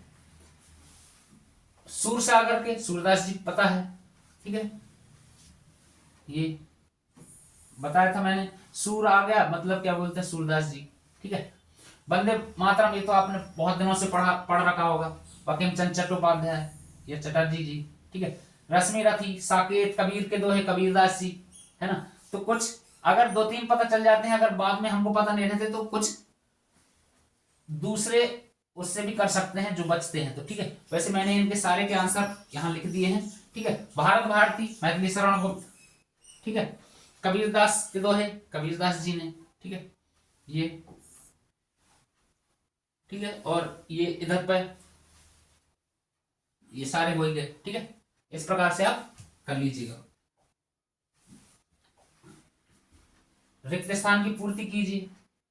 इस प्रकार से भी 1-2 क्वेश्चन जरूर मिलेंगे, 2-3 प्रश्न। सुख का विलोम क्या होता है? दुख। ठीक है, सुख का विलोम दुख होता है। मैंने यहाँ साइड में लिख दिया है, सुख का विलोम यानी उल्टा। सुख का उल्टा क्या है? दुख है। ठीक है, क्या है सुख का उल्टा? दुख। सुख का उल्टा दुख है। ऊंचा का विलोम, ऊंचा का उल्टा क्या होगा? नीचा। ठीक है, इनमें सारे विलोम शब्द मैक्सिमम है। ठीक है, गुरु का उल्टा शिष्य। ठीक, बालक का स्त्रीलिंग क्या होगा? बालिका। ठीक है, स्त्रीलिंग भी आ जाता है 1-2, क्या बोलते हैं, शेर का शेरनी, है ना। पुरुष का स्त्री। ठीक है, लड़का का लड़की। अब लड़का का बहुवचन, एक लड़का, लड़का एक वचन है ना। अब इसका बहुवचन बनाना है तो क्या हो जाएगा? लड़के। ठीक है, तो क्या है? लड़के। वचन पहचानने के लिए आता, शुद्ध अशुद्ध वाक्य भी आते हैं। ठीक है, तो यह वाक्य प्रश्नवाचक भी आता है, प्रश्नवाचक बनाइए, है ना। तो इस प्रकार से क्वेश्चनों को थोड़ा सा आप रिपीट कर लीजिएगा, पढ़ लीजिएगा। ठीक है, पुस्तक का बहुवचन क्या होगा? पुस्तकें, है ना। पुस्तक का पुस्तकें। अच्छा, मानवता में, यानी मानवता जो शब्द है, मानवता शब्द में प्रत्यय क्या है? कौन सा प्रत्यय है? ता प्रत्यय है। ता कौन सा प्रत्यय है? मानवता में ता प्रत्यय है। ठीक है, विद्यालय में खाली स्थान संधि है। कौन सी संधि है? विद्याधन आलय, विद्यालय, तो कौन सी है? स्वर संधि है। ठीक है, राजपुत्र में कौन सा समास है? अभी बताया था हमने, तत्पुरुष समास। ठीक है, राजपुत्र कौन सा है? तत्पुरुष। राजा का पुत्र है ना, राजपुत्र, इसमें क्या है? तत्पुरुष समास। ठीक है, चलिए आगे। नील कमल, नीला यानी नील कमल, नीला है कमल, है ना। तो इसमें क्या है? कर्म धारे, कर्म धारे समास, है ना। नीला कमल, नील कमल, है ना। ठीक है, कौन सा समास है? ऐसे भी समास यानी सभी में से क्या बोलते हैं, एक एक प्रश्न आपको देखने मिलेगा। मुहावरे, ये तो हर साल आने वाली चीज है। 1-2 मुहावरे हमेशा ठोक के देता है, क्या बोलते हैं, एग्जामिनर, और सारे बच्चे भी उसको ठोक कर आते हैं पेपर में। ठीक है, तो आपने भी सारे प्रश्नों को रेल बना देना है, धुआं उड़ा देना है कल पेपर का, क्योंकि आपको मैंने सारे फॉर्मेट बता दिए किस टाइप के आएंगे। आपने क्या बोलते हैं, रिवीजन करना है और आराम से, मस्ती से आराम करना है, ज्यादा टेंशन लेनी नहीं है। सुबह तसल्ली से जाना है, एग्जाम देना है और धुआं निकाल देना पेपर का। ठीक है, चलिए आगे। अंधे के हाथ में बटेर लगना, अंधे के हाथ में बटेर लगना यानी किसी को अचानक से कोई चीज मिल जाए तो उसको बोलते हैं अंधे के हाथ में बटेर लग गई। ठीक है, आग बबूला होना, आग बबूला होना क्या है? इसका अर्थ क्या होगा? आग बबूला होना यानी अत्यधिक गुस्सा होना, हो जाना, यानी बहुत क्रोधित हो जाना। ठीक है, उसने एक छोटी सी गलती कर दिया, उस पर उसका जो दूसरा दोस्त है वो आग बबूला हो गया। ठीक है, इस टाइप से बना सकते हो। कान भरना, कान भरना यानी चुगली करना। ठीक है, कान भरना, ठीक है, चुगली करना। ठीक है, इसका अर्थ है चुगली करना। चलिए, अब बहुत इंपॉर्टेंट क्वेश्चन, हम चलेंगे प्रश्न उत्तर की तरफ। ठीक है, हर वर्ष 10 प्रश्न पूछे जाते हैं, 2 नंबर से लेकर 4 नंबर तक के प्रश्न। तो वो होंगे किससे? गद्य काव्य, खंड काव्य से होंगे। ठीक है, तो हिंदी साहित्य के इतिहासकारों का काल विभाजन लिखिए। ठीक है, तो सबसे पहले हिंदी साहित्य से, ठीक है, हिंदी साहित्य से यह प्रश्न लिया गया है। तो हिंदी साहित्य के जो है कितने काल हैं? तो तो हिंदी साहित्य के प्रसिद्ध इतिहासकार का नाम लिखिए, ऐसे भी आ जाता है एक प्रश्न। ठीक है, तो आपको पता होना चाहिए कौन है। आचार्य रामचंद्र शुक्ल ने हिंदी साहित्य के इतिहास को 4 मुख्य काल में विभाजित किया है। ठीक है, आदिकाल। अच्छा चलिए, इसमें इस टाइप का भी, किस हिंदी साहित्यकार ने या प्रसिद्ध इतिहासकार ने हिंदी साहित्य को भागों में, 4 मुख्य भागों में विभाजित किया है। ठीक है, तो वो भाग कौन कौन से? आदिकाल यानी वीर गाथा काल, भक्ति काल, रीतिकाल और आधुनिक काल। ठीक है, तो आदिकाल का समय सीमा क्या है, कब से कब तक था? तो 1050 से 1375 तक, फिर 1375 से 1775 तक भक्ति काल, फिर 1700 से 1900 तक रीतिकाल, फिर 1900 से अभी तक आधुनिक काल, यानी अभी का काल जो चल रहा है उसको बोलेंगे आधुनिक काल। ठीक है, तो 1900 से अभी तक। ठीक है, अब इसमें पूछ सकता है आदिकाल के 2 प्रमुख कवियों के नाम लिखो। ठीक है, तो वो आपको पता होना चाहिए। ठीक है, इससे पूछ सकता है भक्ति काल के 2 प्रमुख कवि, कबीरदास जी, तुलसीदास जी, सूरदास जी। ठीक है, इसी प्रकार रीतिकाल के बिहारी, केशवदास जी।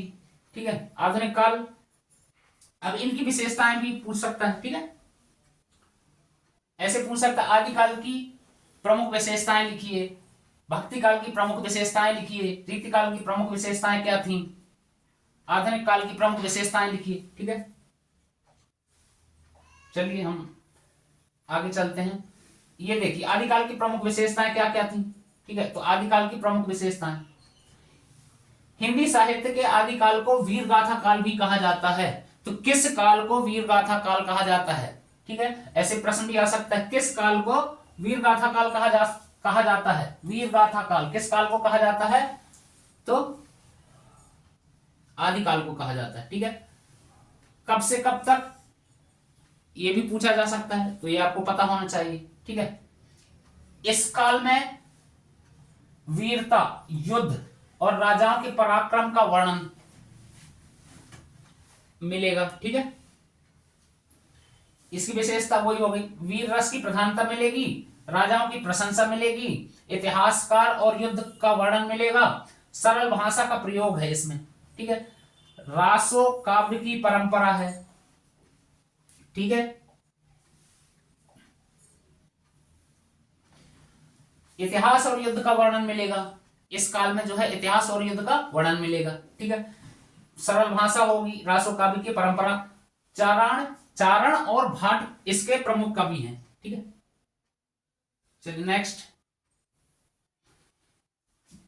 इसका निष्कर्ष में वही है, आदिकाल में मुख्य रूप से युद्ध और राजाओं का वर्णन है, वीरता का। ठीक है, वीर गाथा काल की प्रमुख रचना एवं कवियों के नाम लिखिए। इसके प्रमुख कवि कौन है? पृथ्वीराज रासो, नरपति नाल, ठीक है, जागनिक, सारंगधर और दलपति विजय, और उनकी ये रचना है।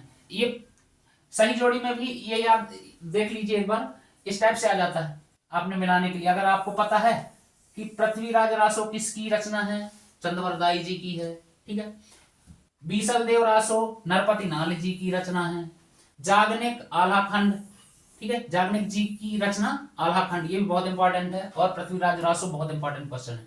ठीक है, किसी भी कॉम्पिटेटिव एग्जाम में इनमें से 1-2 प्रश्न पक्का चिपक जाते हैं, आते ही आते हैं। ठीक है, चलिए भक्ति काल की प्रमुख विशेषताएं लिखिए। इसी प्रकार से भक्ति काल में भक्ति का ज्यादा वर्णन होगा। इसके प्रमुख कवि कौन है? सूरदास जी हैं, तुलसीदास जी हैं। ठीक है, इसमें निगुण भक्ति, सगुण भक्ति, ठीक है, निराकार ईश्वर की उपासना है निगुण भक्ति में, और सगुण भक्ति में यानी राम और कृष्ण जी की उपासना का वर्णन है। ठीक है, सरल और वही है।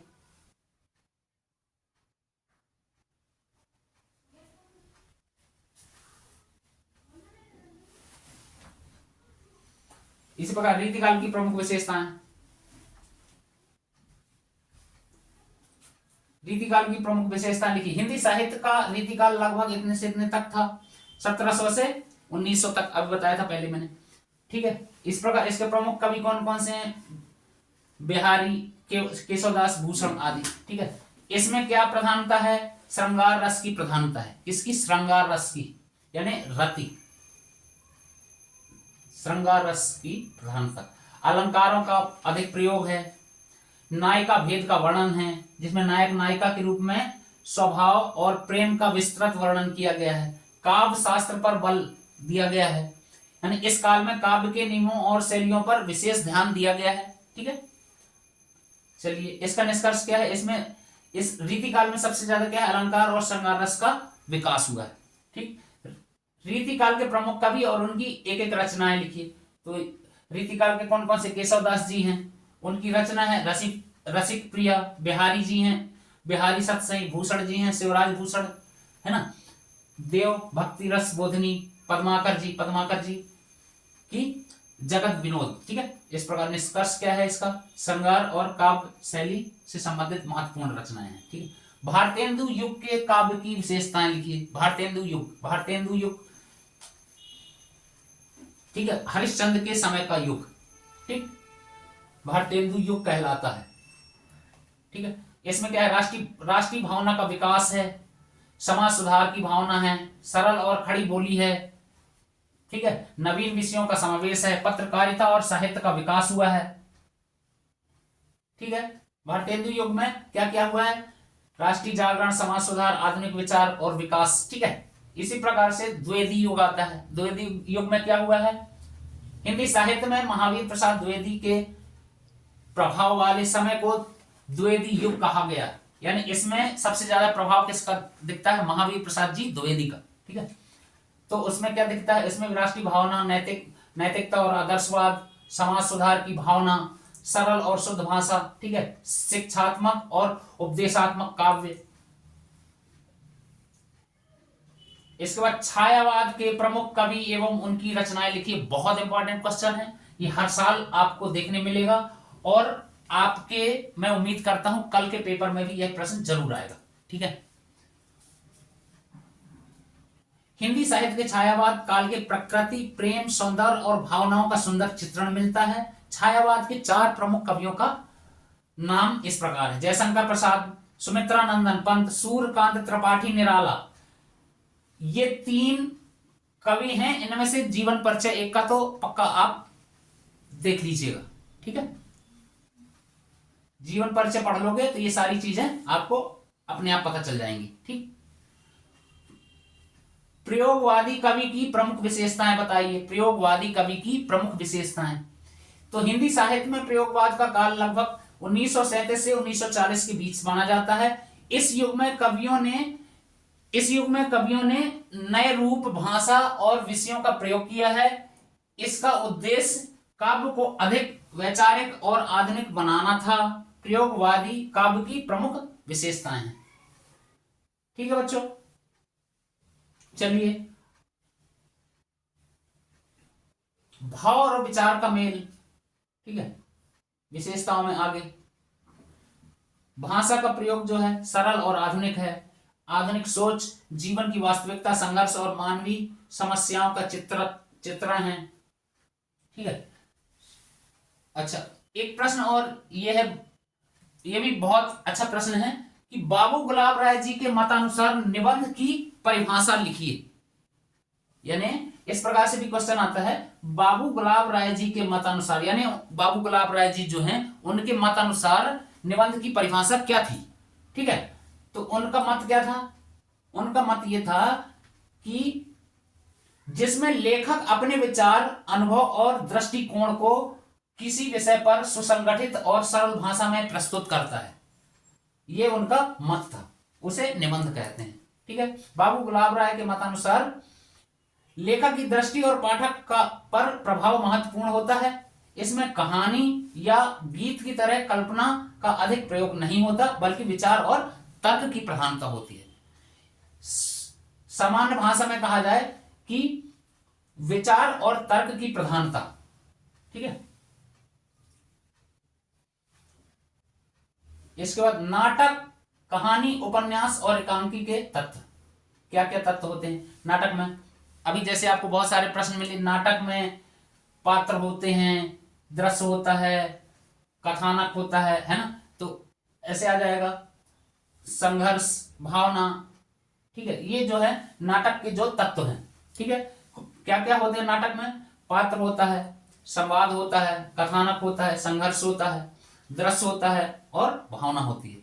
भावना मतलब क्या है कि किस चीज को, यानी किस इमोशंस को दर्शकों, जो भावना है जो दर्शकों को प्रभावित करने वाली भावना है, यानी किसी भी नाटक में कौन सा ऐसे दृश्य है जो आपको प्रभावित कर रहा है, सबसे ज्यादा प्रभाव डाल रहा है। ठीक है, यानी सारे नाटक में कौन सा ऐसा पार्ट है जो सबसे अधिक दिल को छू जा रहा है, वो भावना व्यक्त करता है। ठीक है, इसी प्रकार कहानी के तत्व, कहानी के भी कथानक, पात्र, संघर्ष, स्थान और समय। स्थान और समय मतलब घटना जहां पर हो रही है या, ठीक है। इसी प्रकार उपन्यास के क्या क्या हैं तत्व?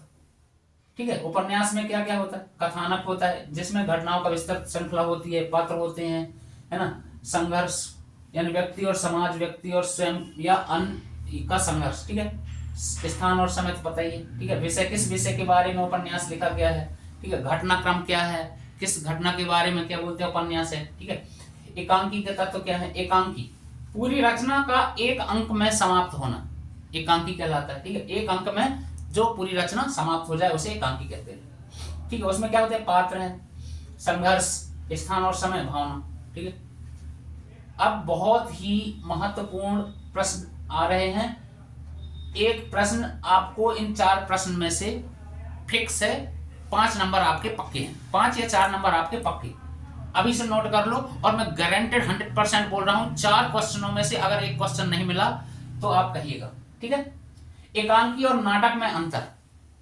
ये देखिए, एकांकी में क्या होता है? जहां पर एक अंक में सारी कहानी का एक भाग में पूरा समाहन होता है, समाहित होती है। नाटक क्या है?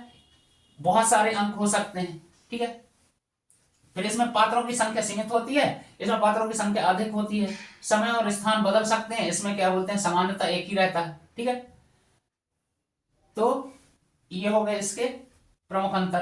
ठीक है, इसी के बाद कहानी और उपन्यास में अंतर। इसी प्रकार आप जैसे कहानी और उपन्यास एक एक बार पढ़ेंगे इनकी चीजों को, तो आपको जल्द से जल्द समझ में आएंगे। ठीक है, कहानी छोटा साहित्यिक रचना कहानी कहलाता है, जो साहित्य का एक छोटा सा भाग, उसको कहानी कहते हैं।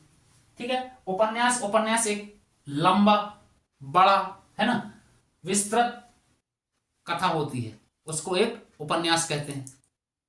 ठीक है, पात्रों की संख्या सीमित होगी इसमें, कहानी में इसमें अधिक होगी। इसमें मुख्यतः एक क्या है? घटना समस्या पर केंद्रित होती है, और इसमें घटनाएं कई उपकथाओं और घटनाओं के माध्यम से होती हैं। समय और स्थान सीमित हो सकते हैं, इसमें व्यापक हो सकते हैं, ज्यादा हो सकते हैं। ठीक है, इस प्रकार इसका उद्देश्य क्या है? संदेश या अनुभव देना है, इसका मनोरंजन करना है। ठीक है, इस प्रकार से जीवनी और आत्मकथा में अंतर देख लीजिए। जीवनी क्या है? किसी पर्टिकुलर व्यक्ति के बारे में लिखा जाता है, और आत्मकथा क्या है? खुद के बारे में लिखी जाती है। ठीक है,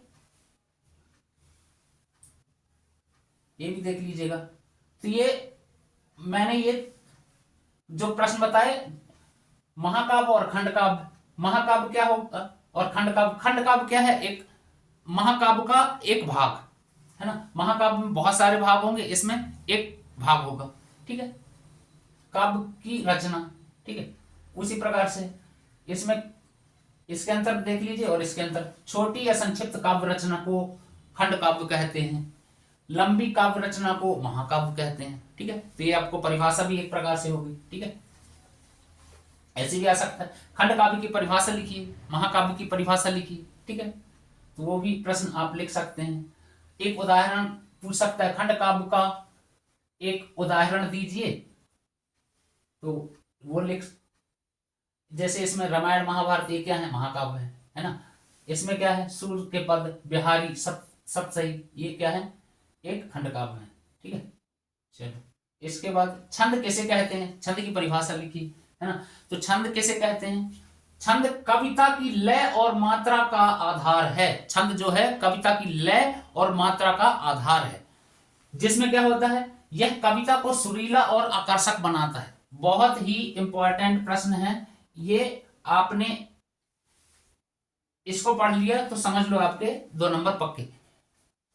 मेरे कहने का मतलब ये है कि आपके एक एक 2 नंबर से ही 80 नंबर होंगे, ठीक है।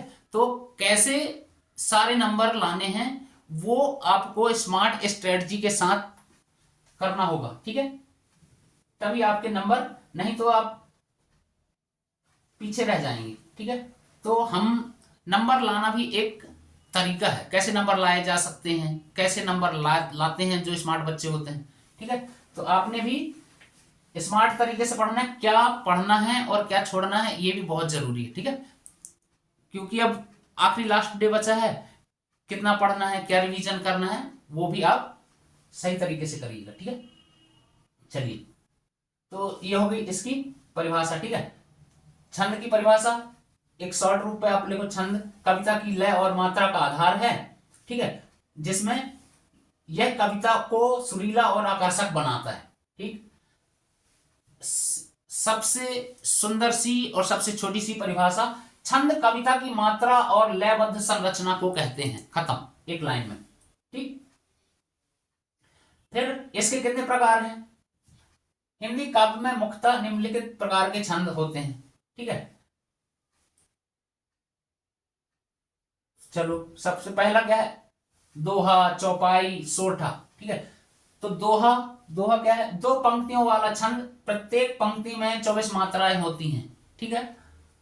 जैसे बड़ा हुआ तो क्या हुआ, जैसे पेड़ खजूर, पंछी को छाया नहीं, फल लागे अति दूर, ये क्या है, एक दोहा है, ठीक है। चौपाई क्या है, चौपाई 4 पंक्तियों वाला छंद, इसमें प्रत्येक पंक्ति में 16-16 मात्राएं होती हैं। जैसे हो गए, कविता सरल लयबद्ध और गेय होती हैं, ठीक है। इसमें जो है कविताएं जो हैं सरल लयबद्ध, यानी कि सरल और लयबद्ध होंगी, ठीक है। जैसे आपने रामचरितमानस में पढ़ा होगा, ठीक है, चौपाई, ठीक। जैसे मंगल भवन अमंगल हारी, द्रवंश दशरथ अजिर बिहारी, ठीक है। सोरठा किसे कहते हैं, सोरठा दोहा का जस्ट उल्टा होता है, ठीक है। इसमें क्या है, 11-11 मात्राएं किसमें होती हैं, इसमें 4 चरण होते हैं। सोरठा में पहले और तीसरे में 11, दूसरे और चौथे में 13-13 मात्राएं होती है। जैसे सोरठा ये है ना, जो रहीम उत्तम प्रकृति, काकर संगत कुसंग सकत कुसंग, चंदन विष व्यापत नहीं, लिपटे रहत भुजंग, कितने कितने हो गए, ये हो गया पहला, ये हो गया दूसरा, ये हो गया तीसरा और ये हो गया चौथा। तो इसमें क्या बोल रहा है, पहले और तीसरे में, पहले और तीसरे में 11-11 मात्राएं होंगी, यानी इसमें भी 11, इसमें भी 11, इसमें 13 और इसमें 13, ये टोटल मिलकर कितने हो गए, 11-13 24, 11-13 24, ठीक है। तो दोहा में जैसे बताया, और कि दोहा सोरठा के उल्टा, ठीक है। चलिए, अब कव्वाली या गजल, ऐसे भी आ सकता है, कव्वाली किसे कहते हैं या गजल किसे कहते हैं, ठीक है। तो कव्वाली सूफी भक्ति का समूह संगीत है, ठीक है, सूफी भक्ति में, ठीक है। और कव्वाली जो है सूफी भक्ति का समूह संगीत है, ठीक है। गजल शेरों में लिखी जाने वाली काव्य विधा है, गजल जो शेरो शायरी के साथ लिखी जाती है, ठीक है। ये देखो, एक उदाहरण भी है इसमें कव्वाली का, एक गाना सुना होगा, भर दो झोली मेरी या मोहम्मद, ये क्या है, कव्वाली है ना।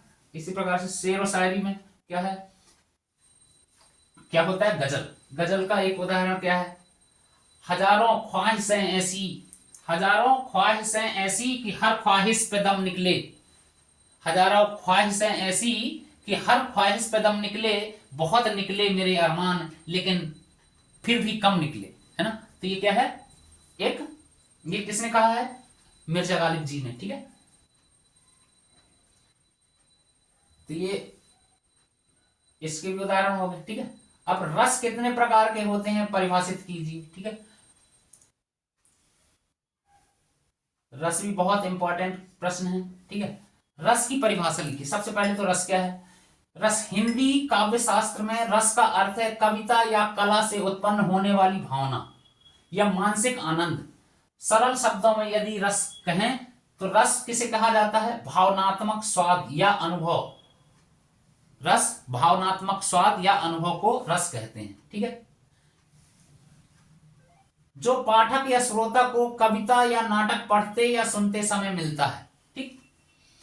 अब अगर इसी को बोला जाए, क्या बोलते हैं परिभाषा, किसके अनुसार, भट्ट भास्कराचार्य के अनुसार, तो क्या होगी, रस वह आनंद है जो काव्य में उल्लिखित भावों को देखकर या सुनकर लिया जाता है या प्राप्त होता है, ठीक है। कितने प्रकार के रस होते हैं, 9 प्रकार के, ठीक है। कौन कौन सा, श्रृंगार रस, इसमें आपको क्या होगा, श्रृंगार रस में क्या होता है, प्रेम और सौंदर्य का वर्णन होगा, है ना। आपको उदाहरण किसमें मिल जाएंगे, जैसे राधा कृष्ण जी के प्रेम वर्णन में, है ना।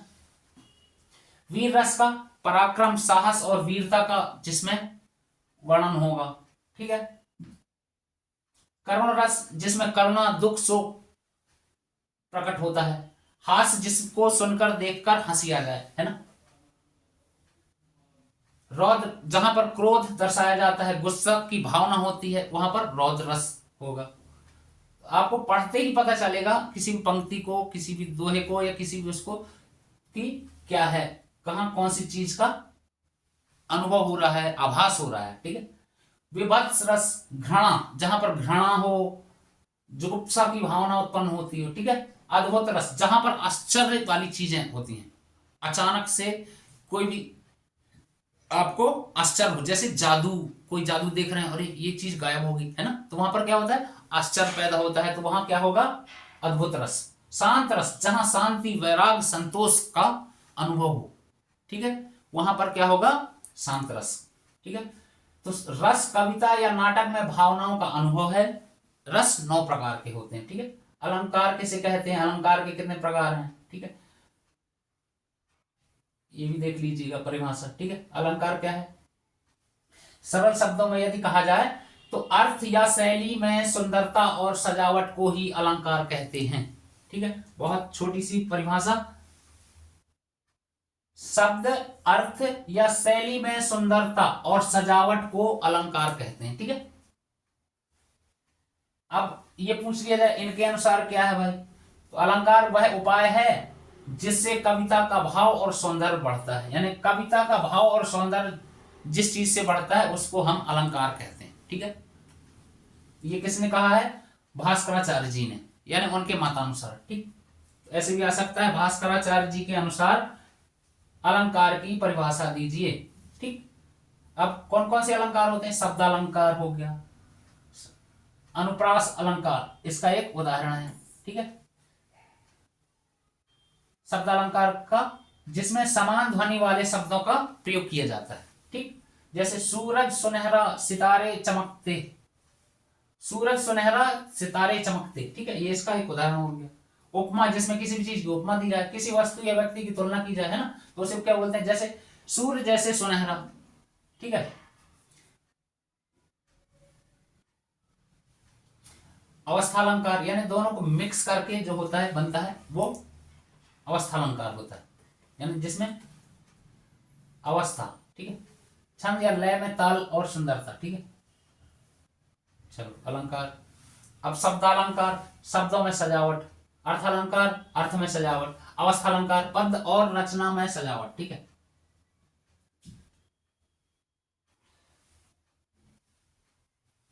चलो तुलसीदास जी का जीवन परिचय लिखिए। तुलसीदास जी का मैंने आपको बताया था, ये भी बहुत इंपॉर्टेंट है। तुलसीदास जी के बारे में जान लेते हैं। गोस्वामी तुलसीदास जी का जन्म 1532 ईस्वी में अवध के उत्तर प्रदेश में हुआ था।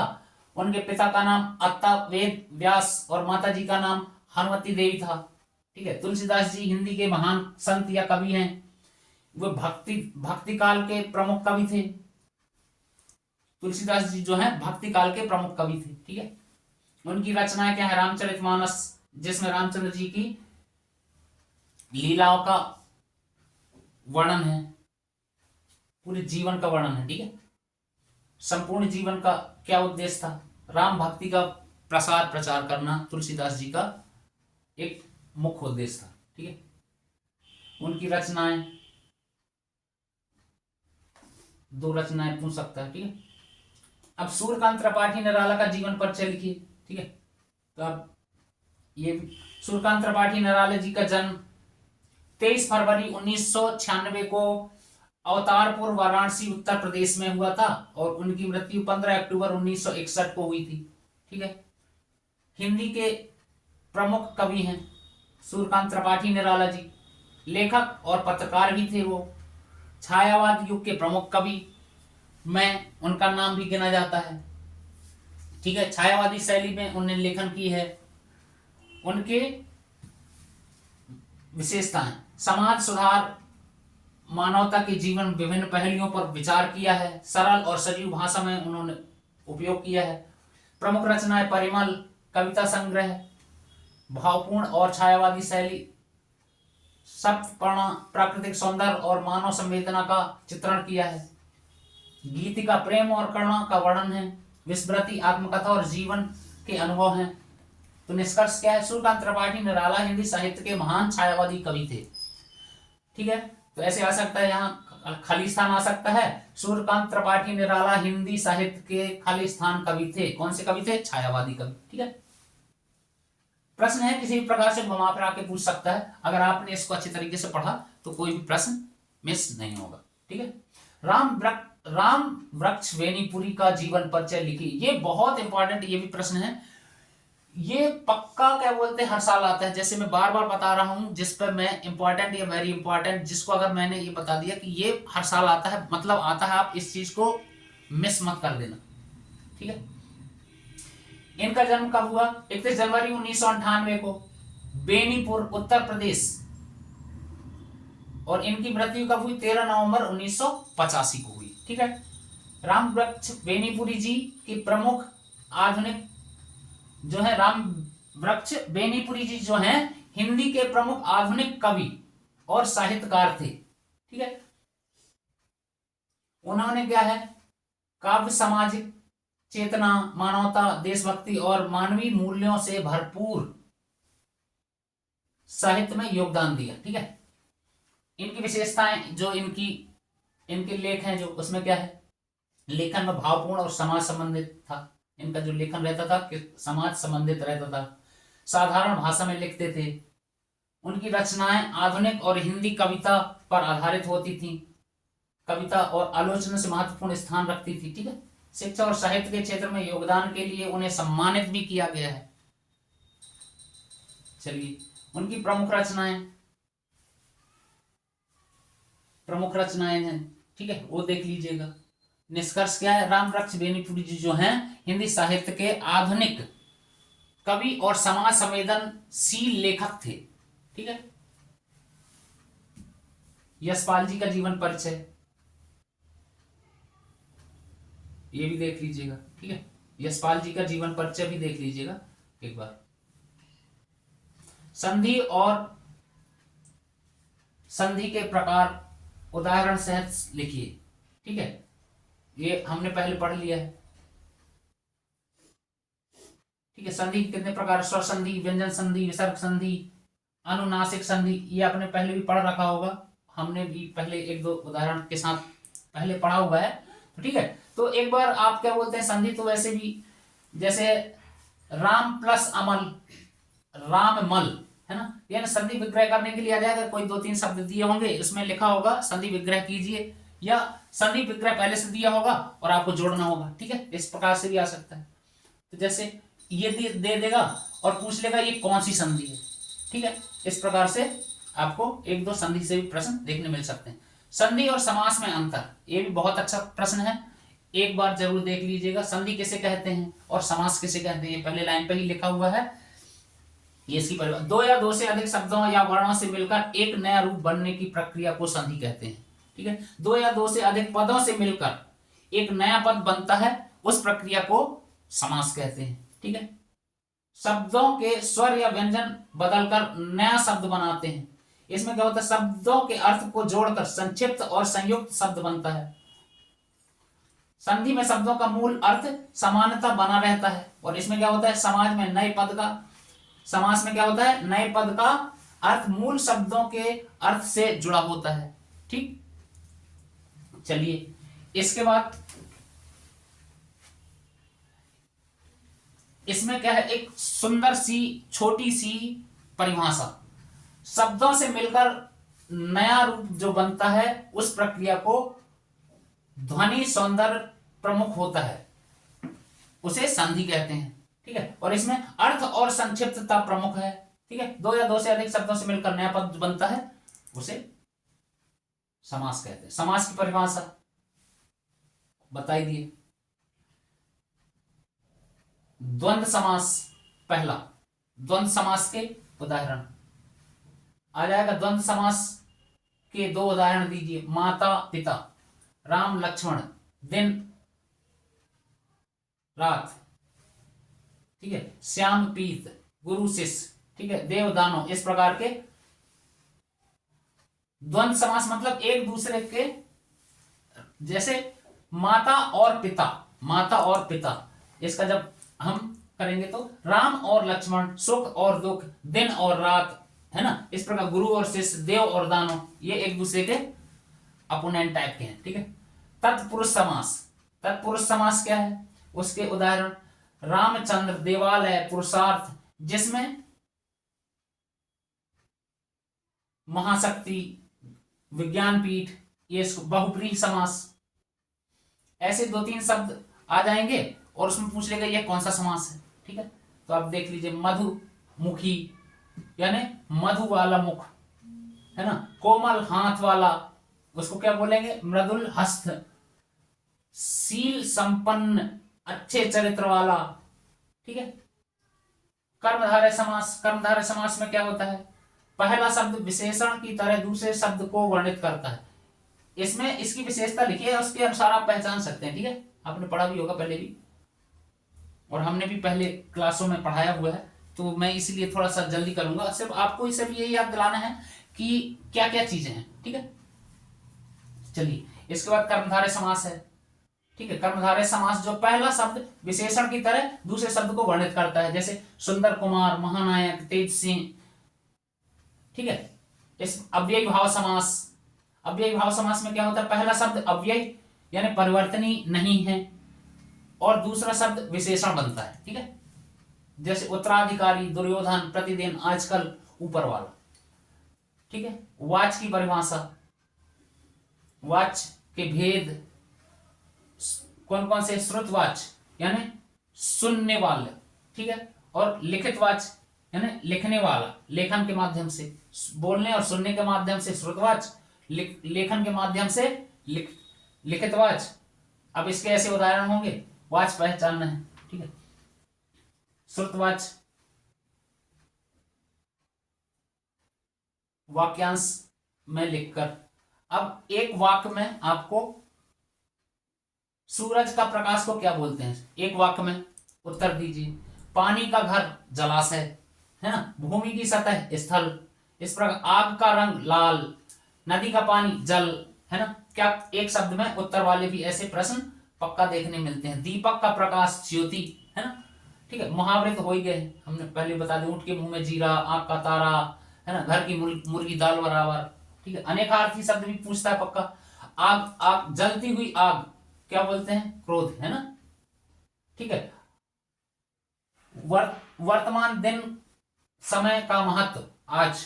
ठीक है, इसी प्रकार से पर्यायवाची शब्द भी, जैसे अत्यंत का क्या होगा, पर्यायवाची बहुत अधिक, यानी अतिशय, बहुत, प्रचुर, अत्यधिक। ठीक है, साहस का वीरता, साहस, धैर्य, वीरता, शौर्य, पराक्रम। शांति का सुख, अमन, सतौना। ठीक है, पर्यायवाची का मतलब है उसी के बहुत सारे रूप। ठीक है, धन का संपत्ति, पूंजी, दौलत, वैभव, विजय का जीत, सफलता, विजय, अविजय, है ना, इसी प्रकार। चलिए अब एक और है, नगर पालिका अधिकारी को मोहल्ले में सफाई के लिए एक पत्र लिखिए, है ना, इस प्रकार से भी आ सकता है। ये भी बहुत क्या बोलते हैं पॉपुलर प्रश्न है। तो इस प्रकार से लिखेंगे, राम कुमार, मोहल्ला शांति नगर, इंदौर, दिनांक लिखेंगे, फिर उसके बाद सेवा में नगर पालिका अधिकारी महोदय, है ना, इस प्रकार से लिखेंगे। इसका विषय लिखेंगे अपना, मोहल्ले में सफाई न होने के कारण जो शिकायत है अपनी वो लिख देंगे, फिर इसमें पूरा विषय लिखेंगे क्या क्या है हमारे यहाँ, ठीक है। तो क्या लिखे, सबने निवेदन है कि मोहल्ला शांति नगर निवासी हूँ और यह सूचित करता हूँ कि हमारे मोहल्ले में कचरा बहुत फैल गया है ना, ठीक है। तो उसे उठाने के लिए क्या बोलते हैं, ठीक है, लिख लेंगे आप लोग। धन्यवाद, है ना, जब वो करेंगे धन्यवाद लिखेंगे, आपका आज्ञाकारी राम कुमार, शांति नगर, इंदौर, ठीक है। अब वही मैं बताया था, जैसे आपको अपने मित्र को बड़े भाई की शादी में आमंत्रित करना है, तो अपने मित्र को कैसे पत्र लिखेंगे, सेम वही लिखेंगे। आप प्रेषक कौन है, रवि कुमार, कहाँ से लिख रहे हो, ग्राम मोहल्ला शांति नगर, इंदौर, है ना, दिनांक क्या है, फिर प्रिय मित्र राजेश, सप्रेम नमस्कार, वही चीज लिखना है। और इसमें लिखना है मेरे बड़े भाई की शादी किस तारीख को है, ठीक है, तो आप सपरिवार आमंत्रित हैं, ठीक है, इस प्रकार से आप लिख लीजिएगा। सिर्फ मैं ये एग्जाम्पल के लिए बता रहा हूं, इस प्रकार से लिखना है, ठीक है। और आपने पढ़ा ही होगा, एक सिर्फ रिवाइज करा रहा हूं आपको, ठीक है।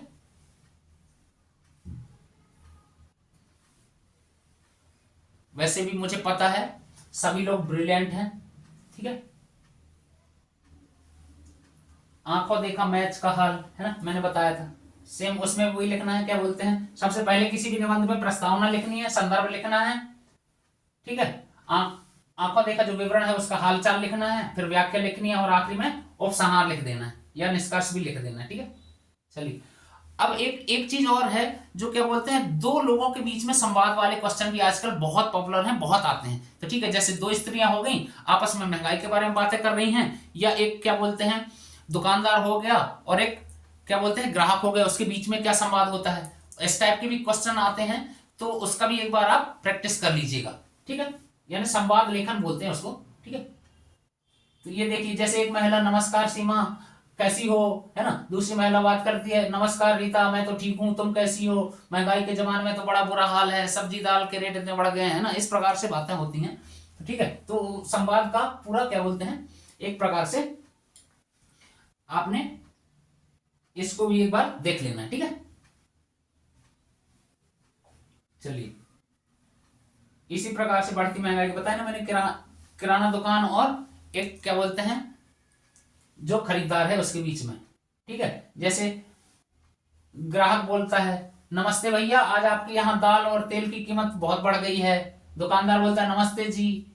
हाँ ग्राहक महोदय, पिछले महीने से थोक बाजार में दाल और तेल महंगे हो गए हैं, मुझे भी थोक ये इस प्रकार से बढ़ने के कारण खुद बेचने में कीमत बढ़ानी पड़ी है ना। तो ग्राहक, लेकिन भैया आम आदमी के लिए तो रोजमर्रा की चीजें इतनी महंगी हो गई कि हमारे घर का बजट ही संभालना मुश्किल हो रहा है, ठीक है। तो दुकानदार क्या बोलता है, दुकानदार बोलता है, सही है भैया, आजकल हर चीज की कीमत बढ़ रही है, सब्जी दूध दाल तेल, है ना, जो है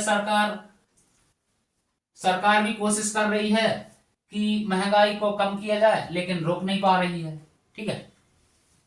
इस प्रकार से जो बातचीत है उसका वर्णन है, ठीक है। अब बहुत कुछ यानी महत्वपूर्ण प्रश्न है, मैं सिर्फ आपको प्रश्न प्रश्न बताऊंगा, आप एक बार रिवीजन कर लीजिएगा, क्योंकि क्लास काफी लंबी हो गई है।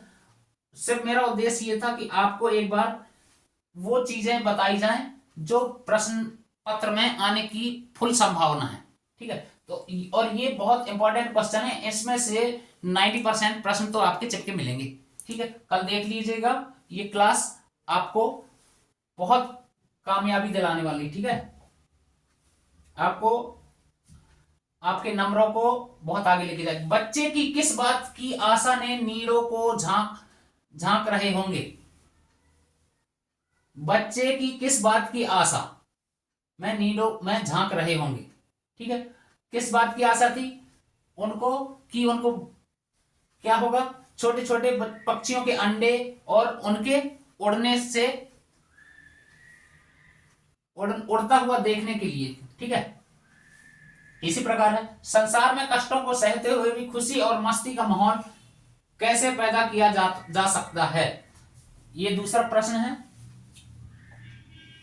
पहला प्रश्न ये है, बच्चे की किस बात की आशा में नीडों में झांक रहे होंगे, बच्चे किस बात की आशा में नीडों में झांक रहे होंगे, ये है प्रश्न, ठीक है। उसके बाद है, संसार के कष्टों को सहते हुए भी खुशी और मस्ती का माहौल कैसे पैदा किया जा सकता है, ये वेरी इंपॉर्टेंट प्रश्न है ये, ठीक है, वेरी इंपॉर्टेंट, इनको जरूर एक बार देख लीजिएगा, ठीक है। इसमें से 2-3 क्वेश्चन तो पक्का चिपके मिलेंगे, मैं फिर भी बता रहा हूं एक बार। इसके बाद है, कवि ने बच्चों के लिए कपास शब्द का प्रयोग क्यों किया है, बहुत इंपॉर्टेंट क्वेश्चन है। कपास का यानी कपास का मतलब क्या है, बहुत सॉफ्ट और कोमल होता है, ठीक है। इसके बाद अगला प्रश्न है, भाषा को सहूलियत से बरतने से क्या अभिप्राय है, भाषा को सहूलियत से बरतने से क्या अभिप्राय है, क्या अभिप्राय है भाषा को सहूलियत से बरतने से। भाषा का प्रयोग सरल, सहज और स्वाभाविक ढंग से किया जाए ताकि उसे समझना और बोलना आसान हो जाए, है ना, ठीक है। अपने विचारों को प्रभावशाली ढंग से व्यक्त कर सकते हैं अगर आपकी भाषा सरल, सहज और स्वाभाविक है तो, ठीक है। चलो, इसके बाद अगला प्रश्न है, कैमरे में बंद अपाहिज शीर्षक की उपयुक्तता जांच कीजिए, कैमरे में बंद अपाहिज की कमरे में बंद अपाहिज शीर्षक की उपयुक्तता जांच कीजिए, ठीक है। एक ये प्रश्न हो गया, शीर्षक का क्या है, इसकी उपयोगिता आप सभी लोगों ने पढ़ा होगा, बताओ। क्या है, कैमरे में बंद अपाहिज शीर्षक पाठ की विषय वस्तु और संदेश को स्पष्ट रूप से व्यक्त करता है, अतः यह पूरी तरह से सार्थक उपयुक्त है, ठीक है। अपाहिज व्यक्ति कैमरे के सामने इस तरह प्रस्तुत किया जाता है जैसे वह कैमरे में बंद हो गया हो, ठीक है, और अपनी पीड़ा से बाहर नहीं निकल सकता है।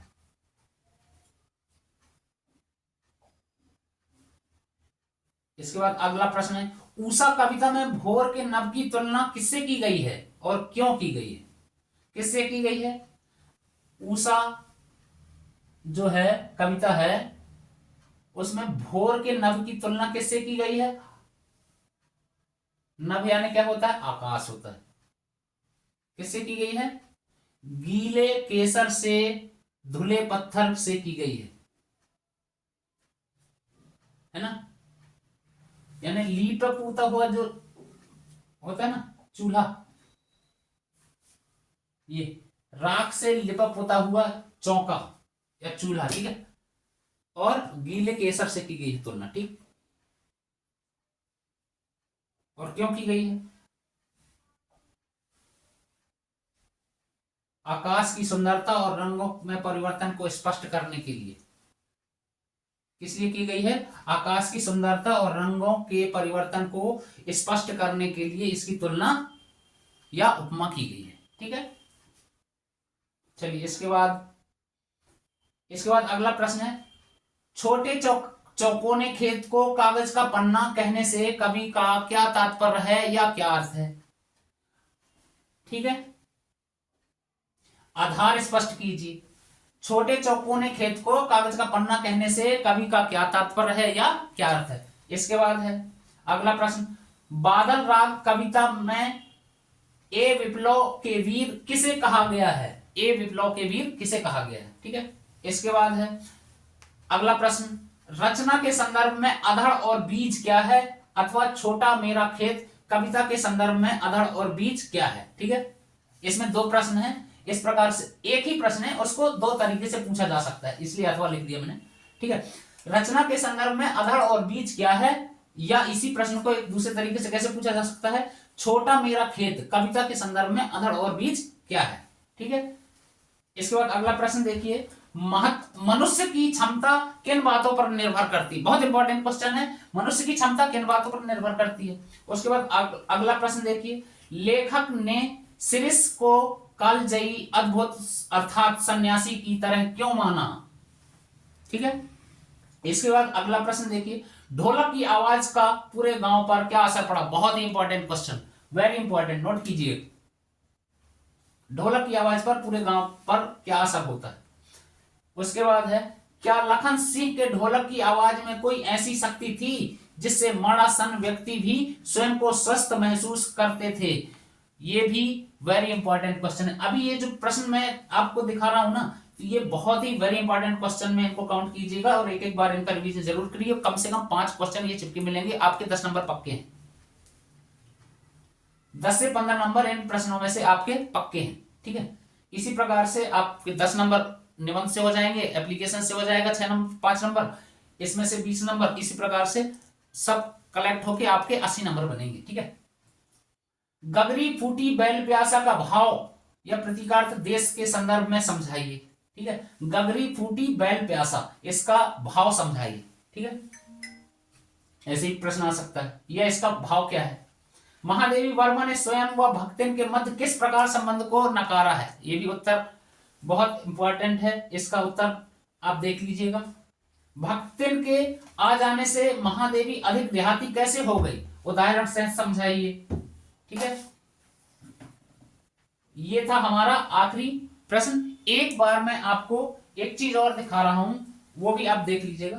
ठीक है।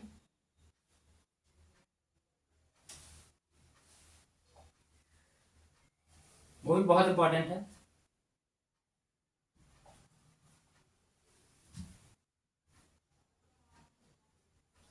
इस प्रकार से, बाजार का जादू चढ़ने का अर्थ क्या है? इस प्रकार से आपको ना वन लाइनर टाइप के प्रश्न मिलेंगे। ठीक है। चलो इसको छोड़ दो।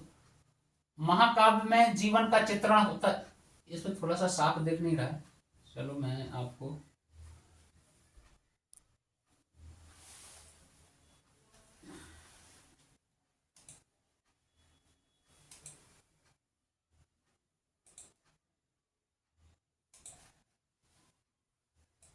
कबीर, तुलसी एवं रहीम के नीति संबंधी दोहे उदाहरण क्या है? इस प्रकार का आपको बहुविकल्पी प्रश्न होंगे और आपको चुनना होगा। ठीक है। मैंने सिर्फ ये आपको पेपर का एक उदाहरण दिया कि इस टाइप से प्रश्न आते हैं। ठीक है। चलिए, थैंक यू आज की क्लास के लिए। तो आप एक बार इस क्लास को जरूर देखिए, इसमें से बहुत सारे प्रश्न आपके हूबहू आएंगे और आपके नंबर्स में इंक्रीजमेंट होगा। तो धन्यवाद, थैंक यू। विनर्स पाठशाला में एक बार आपका फिर से स्वागत होगा। धन्यवाद।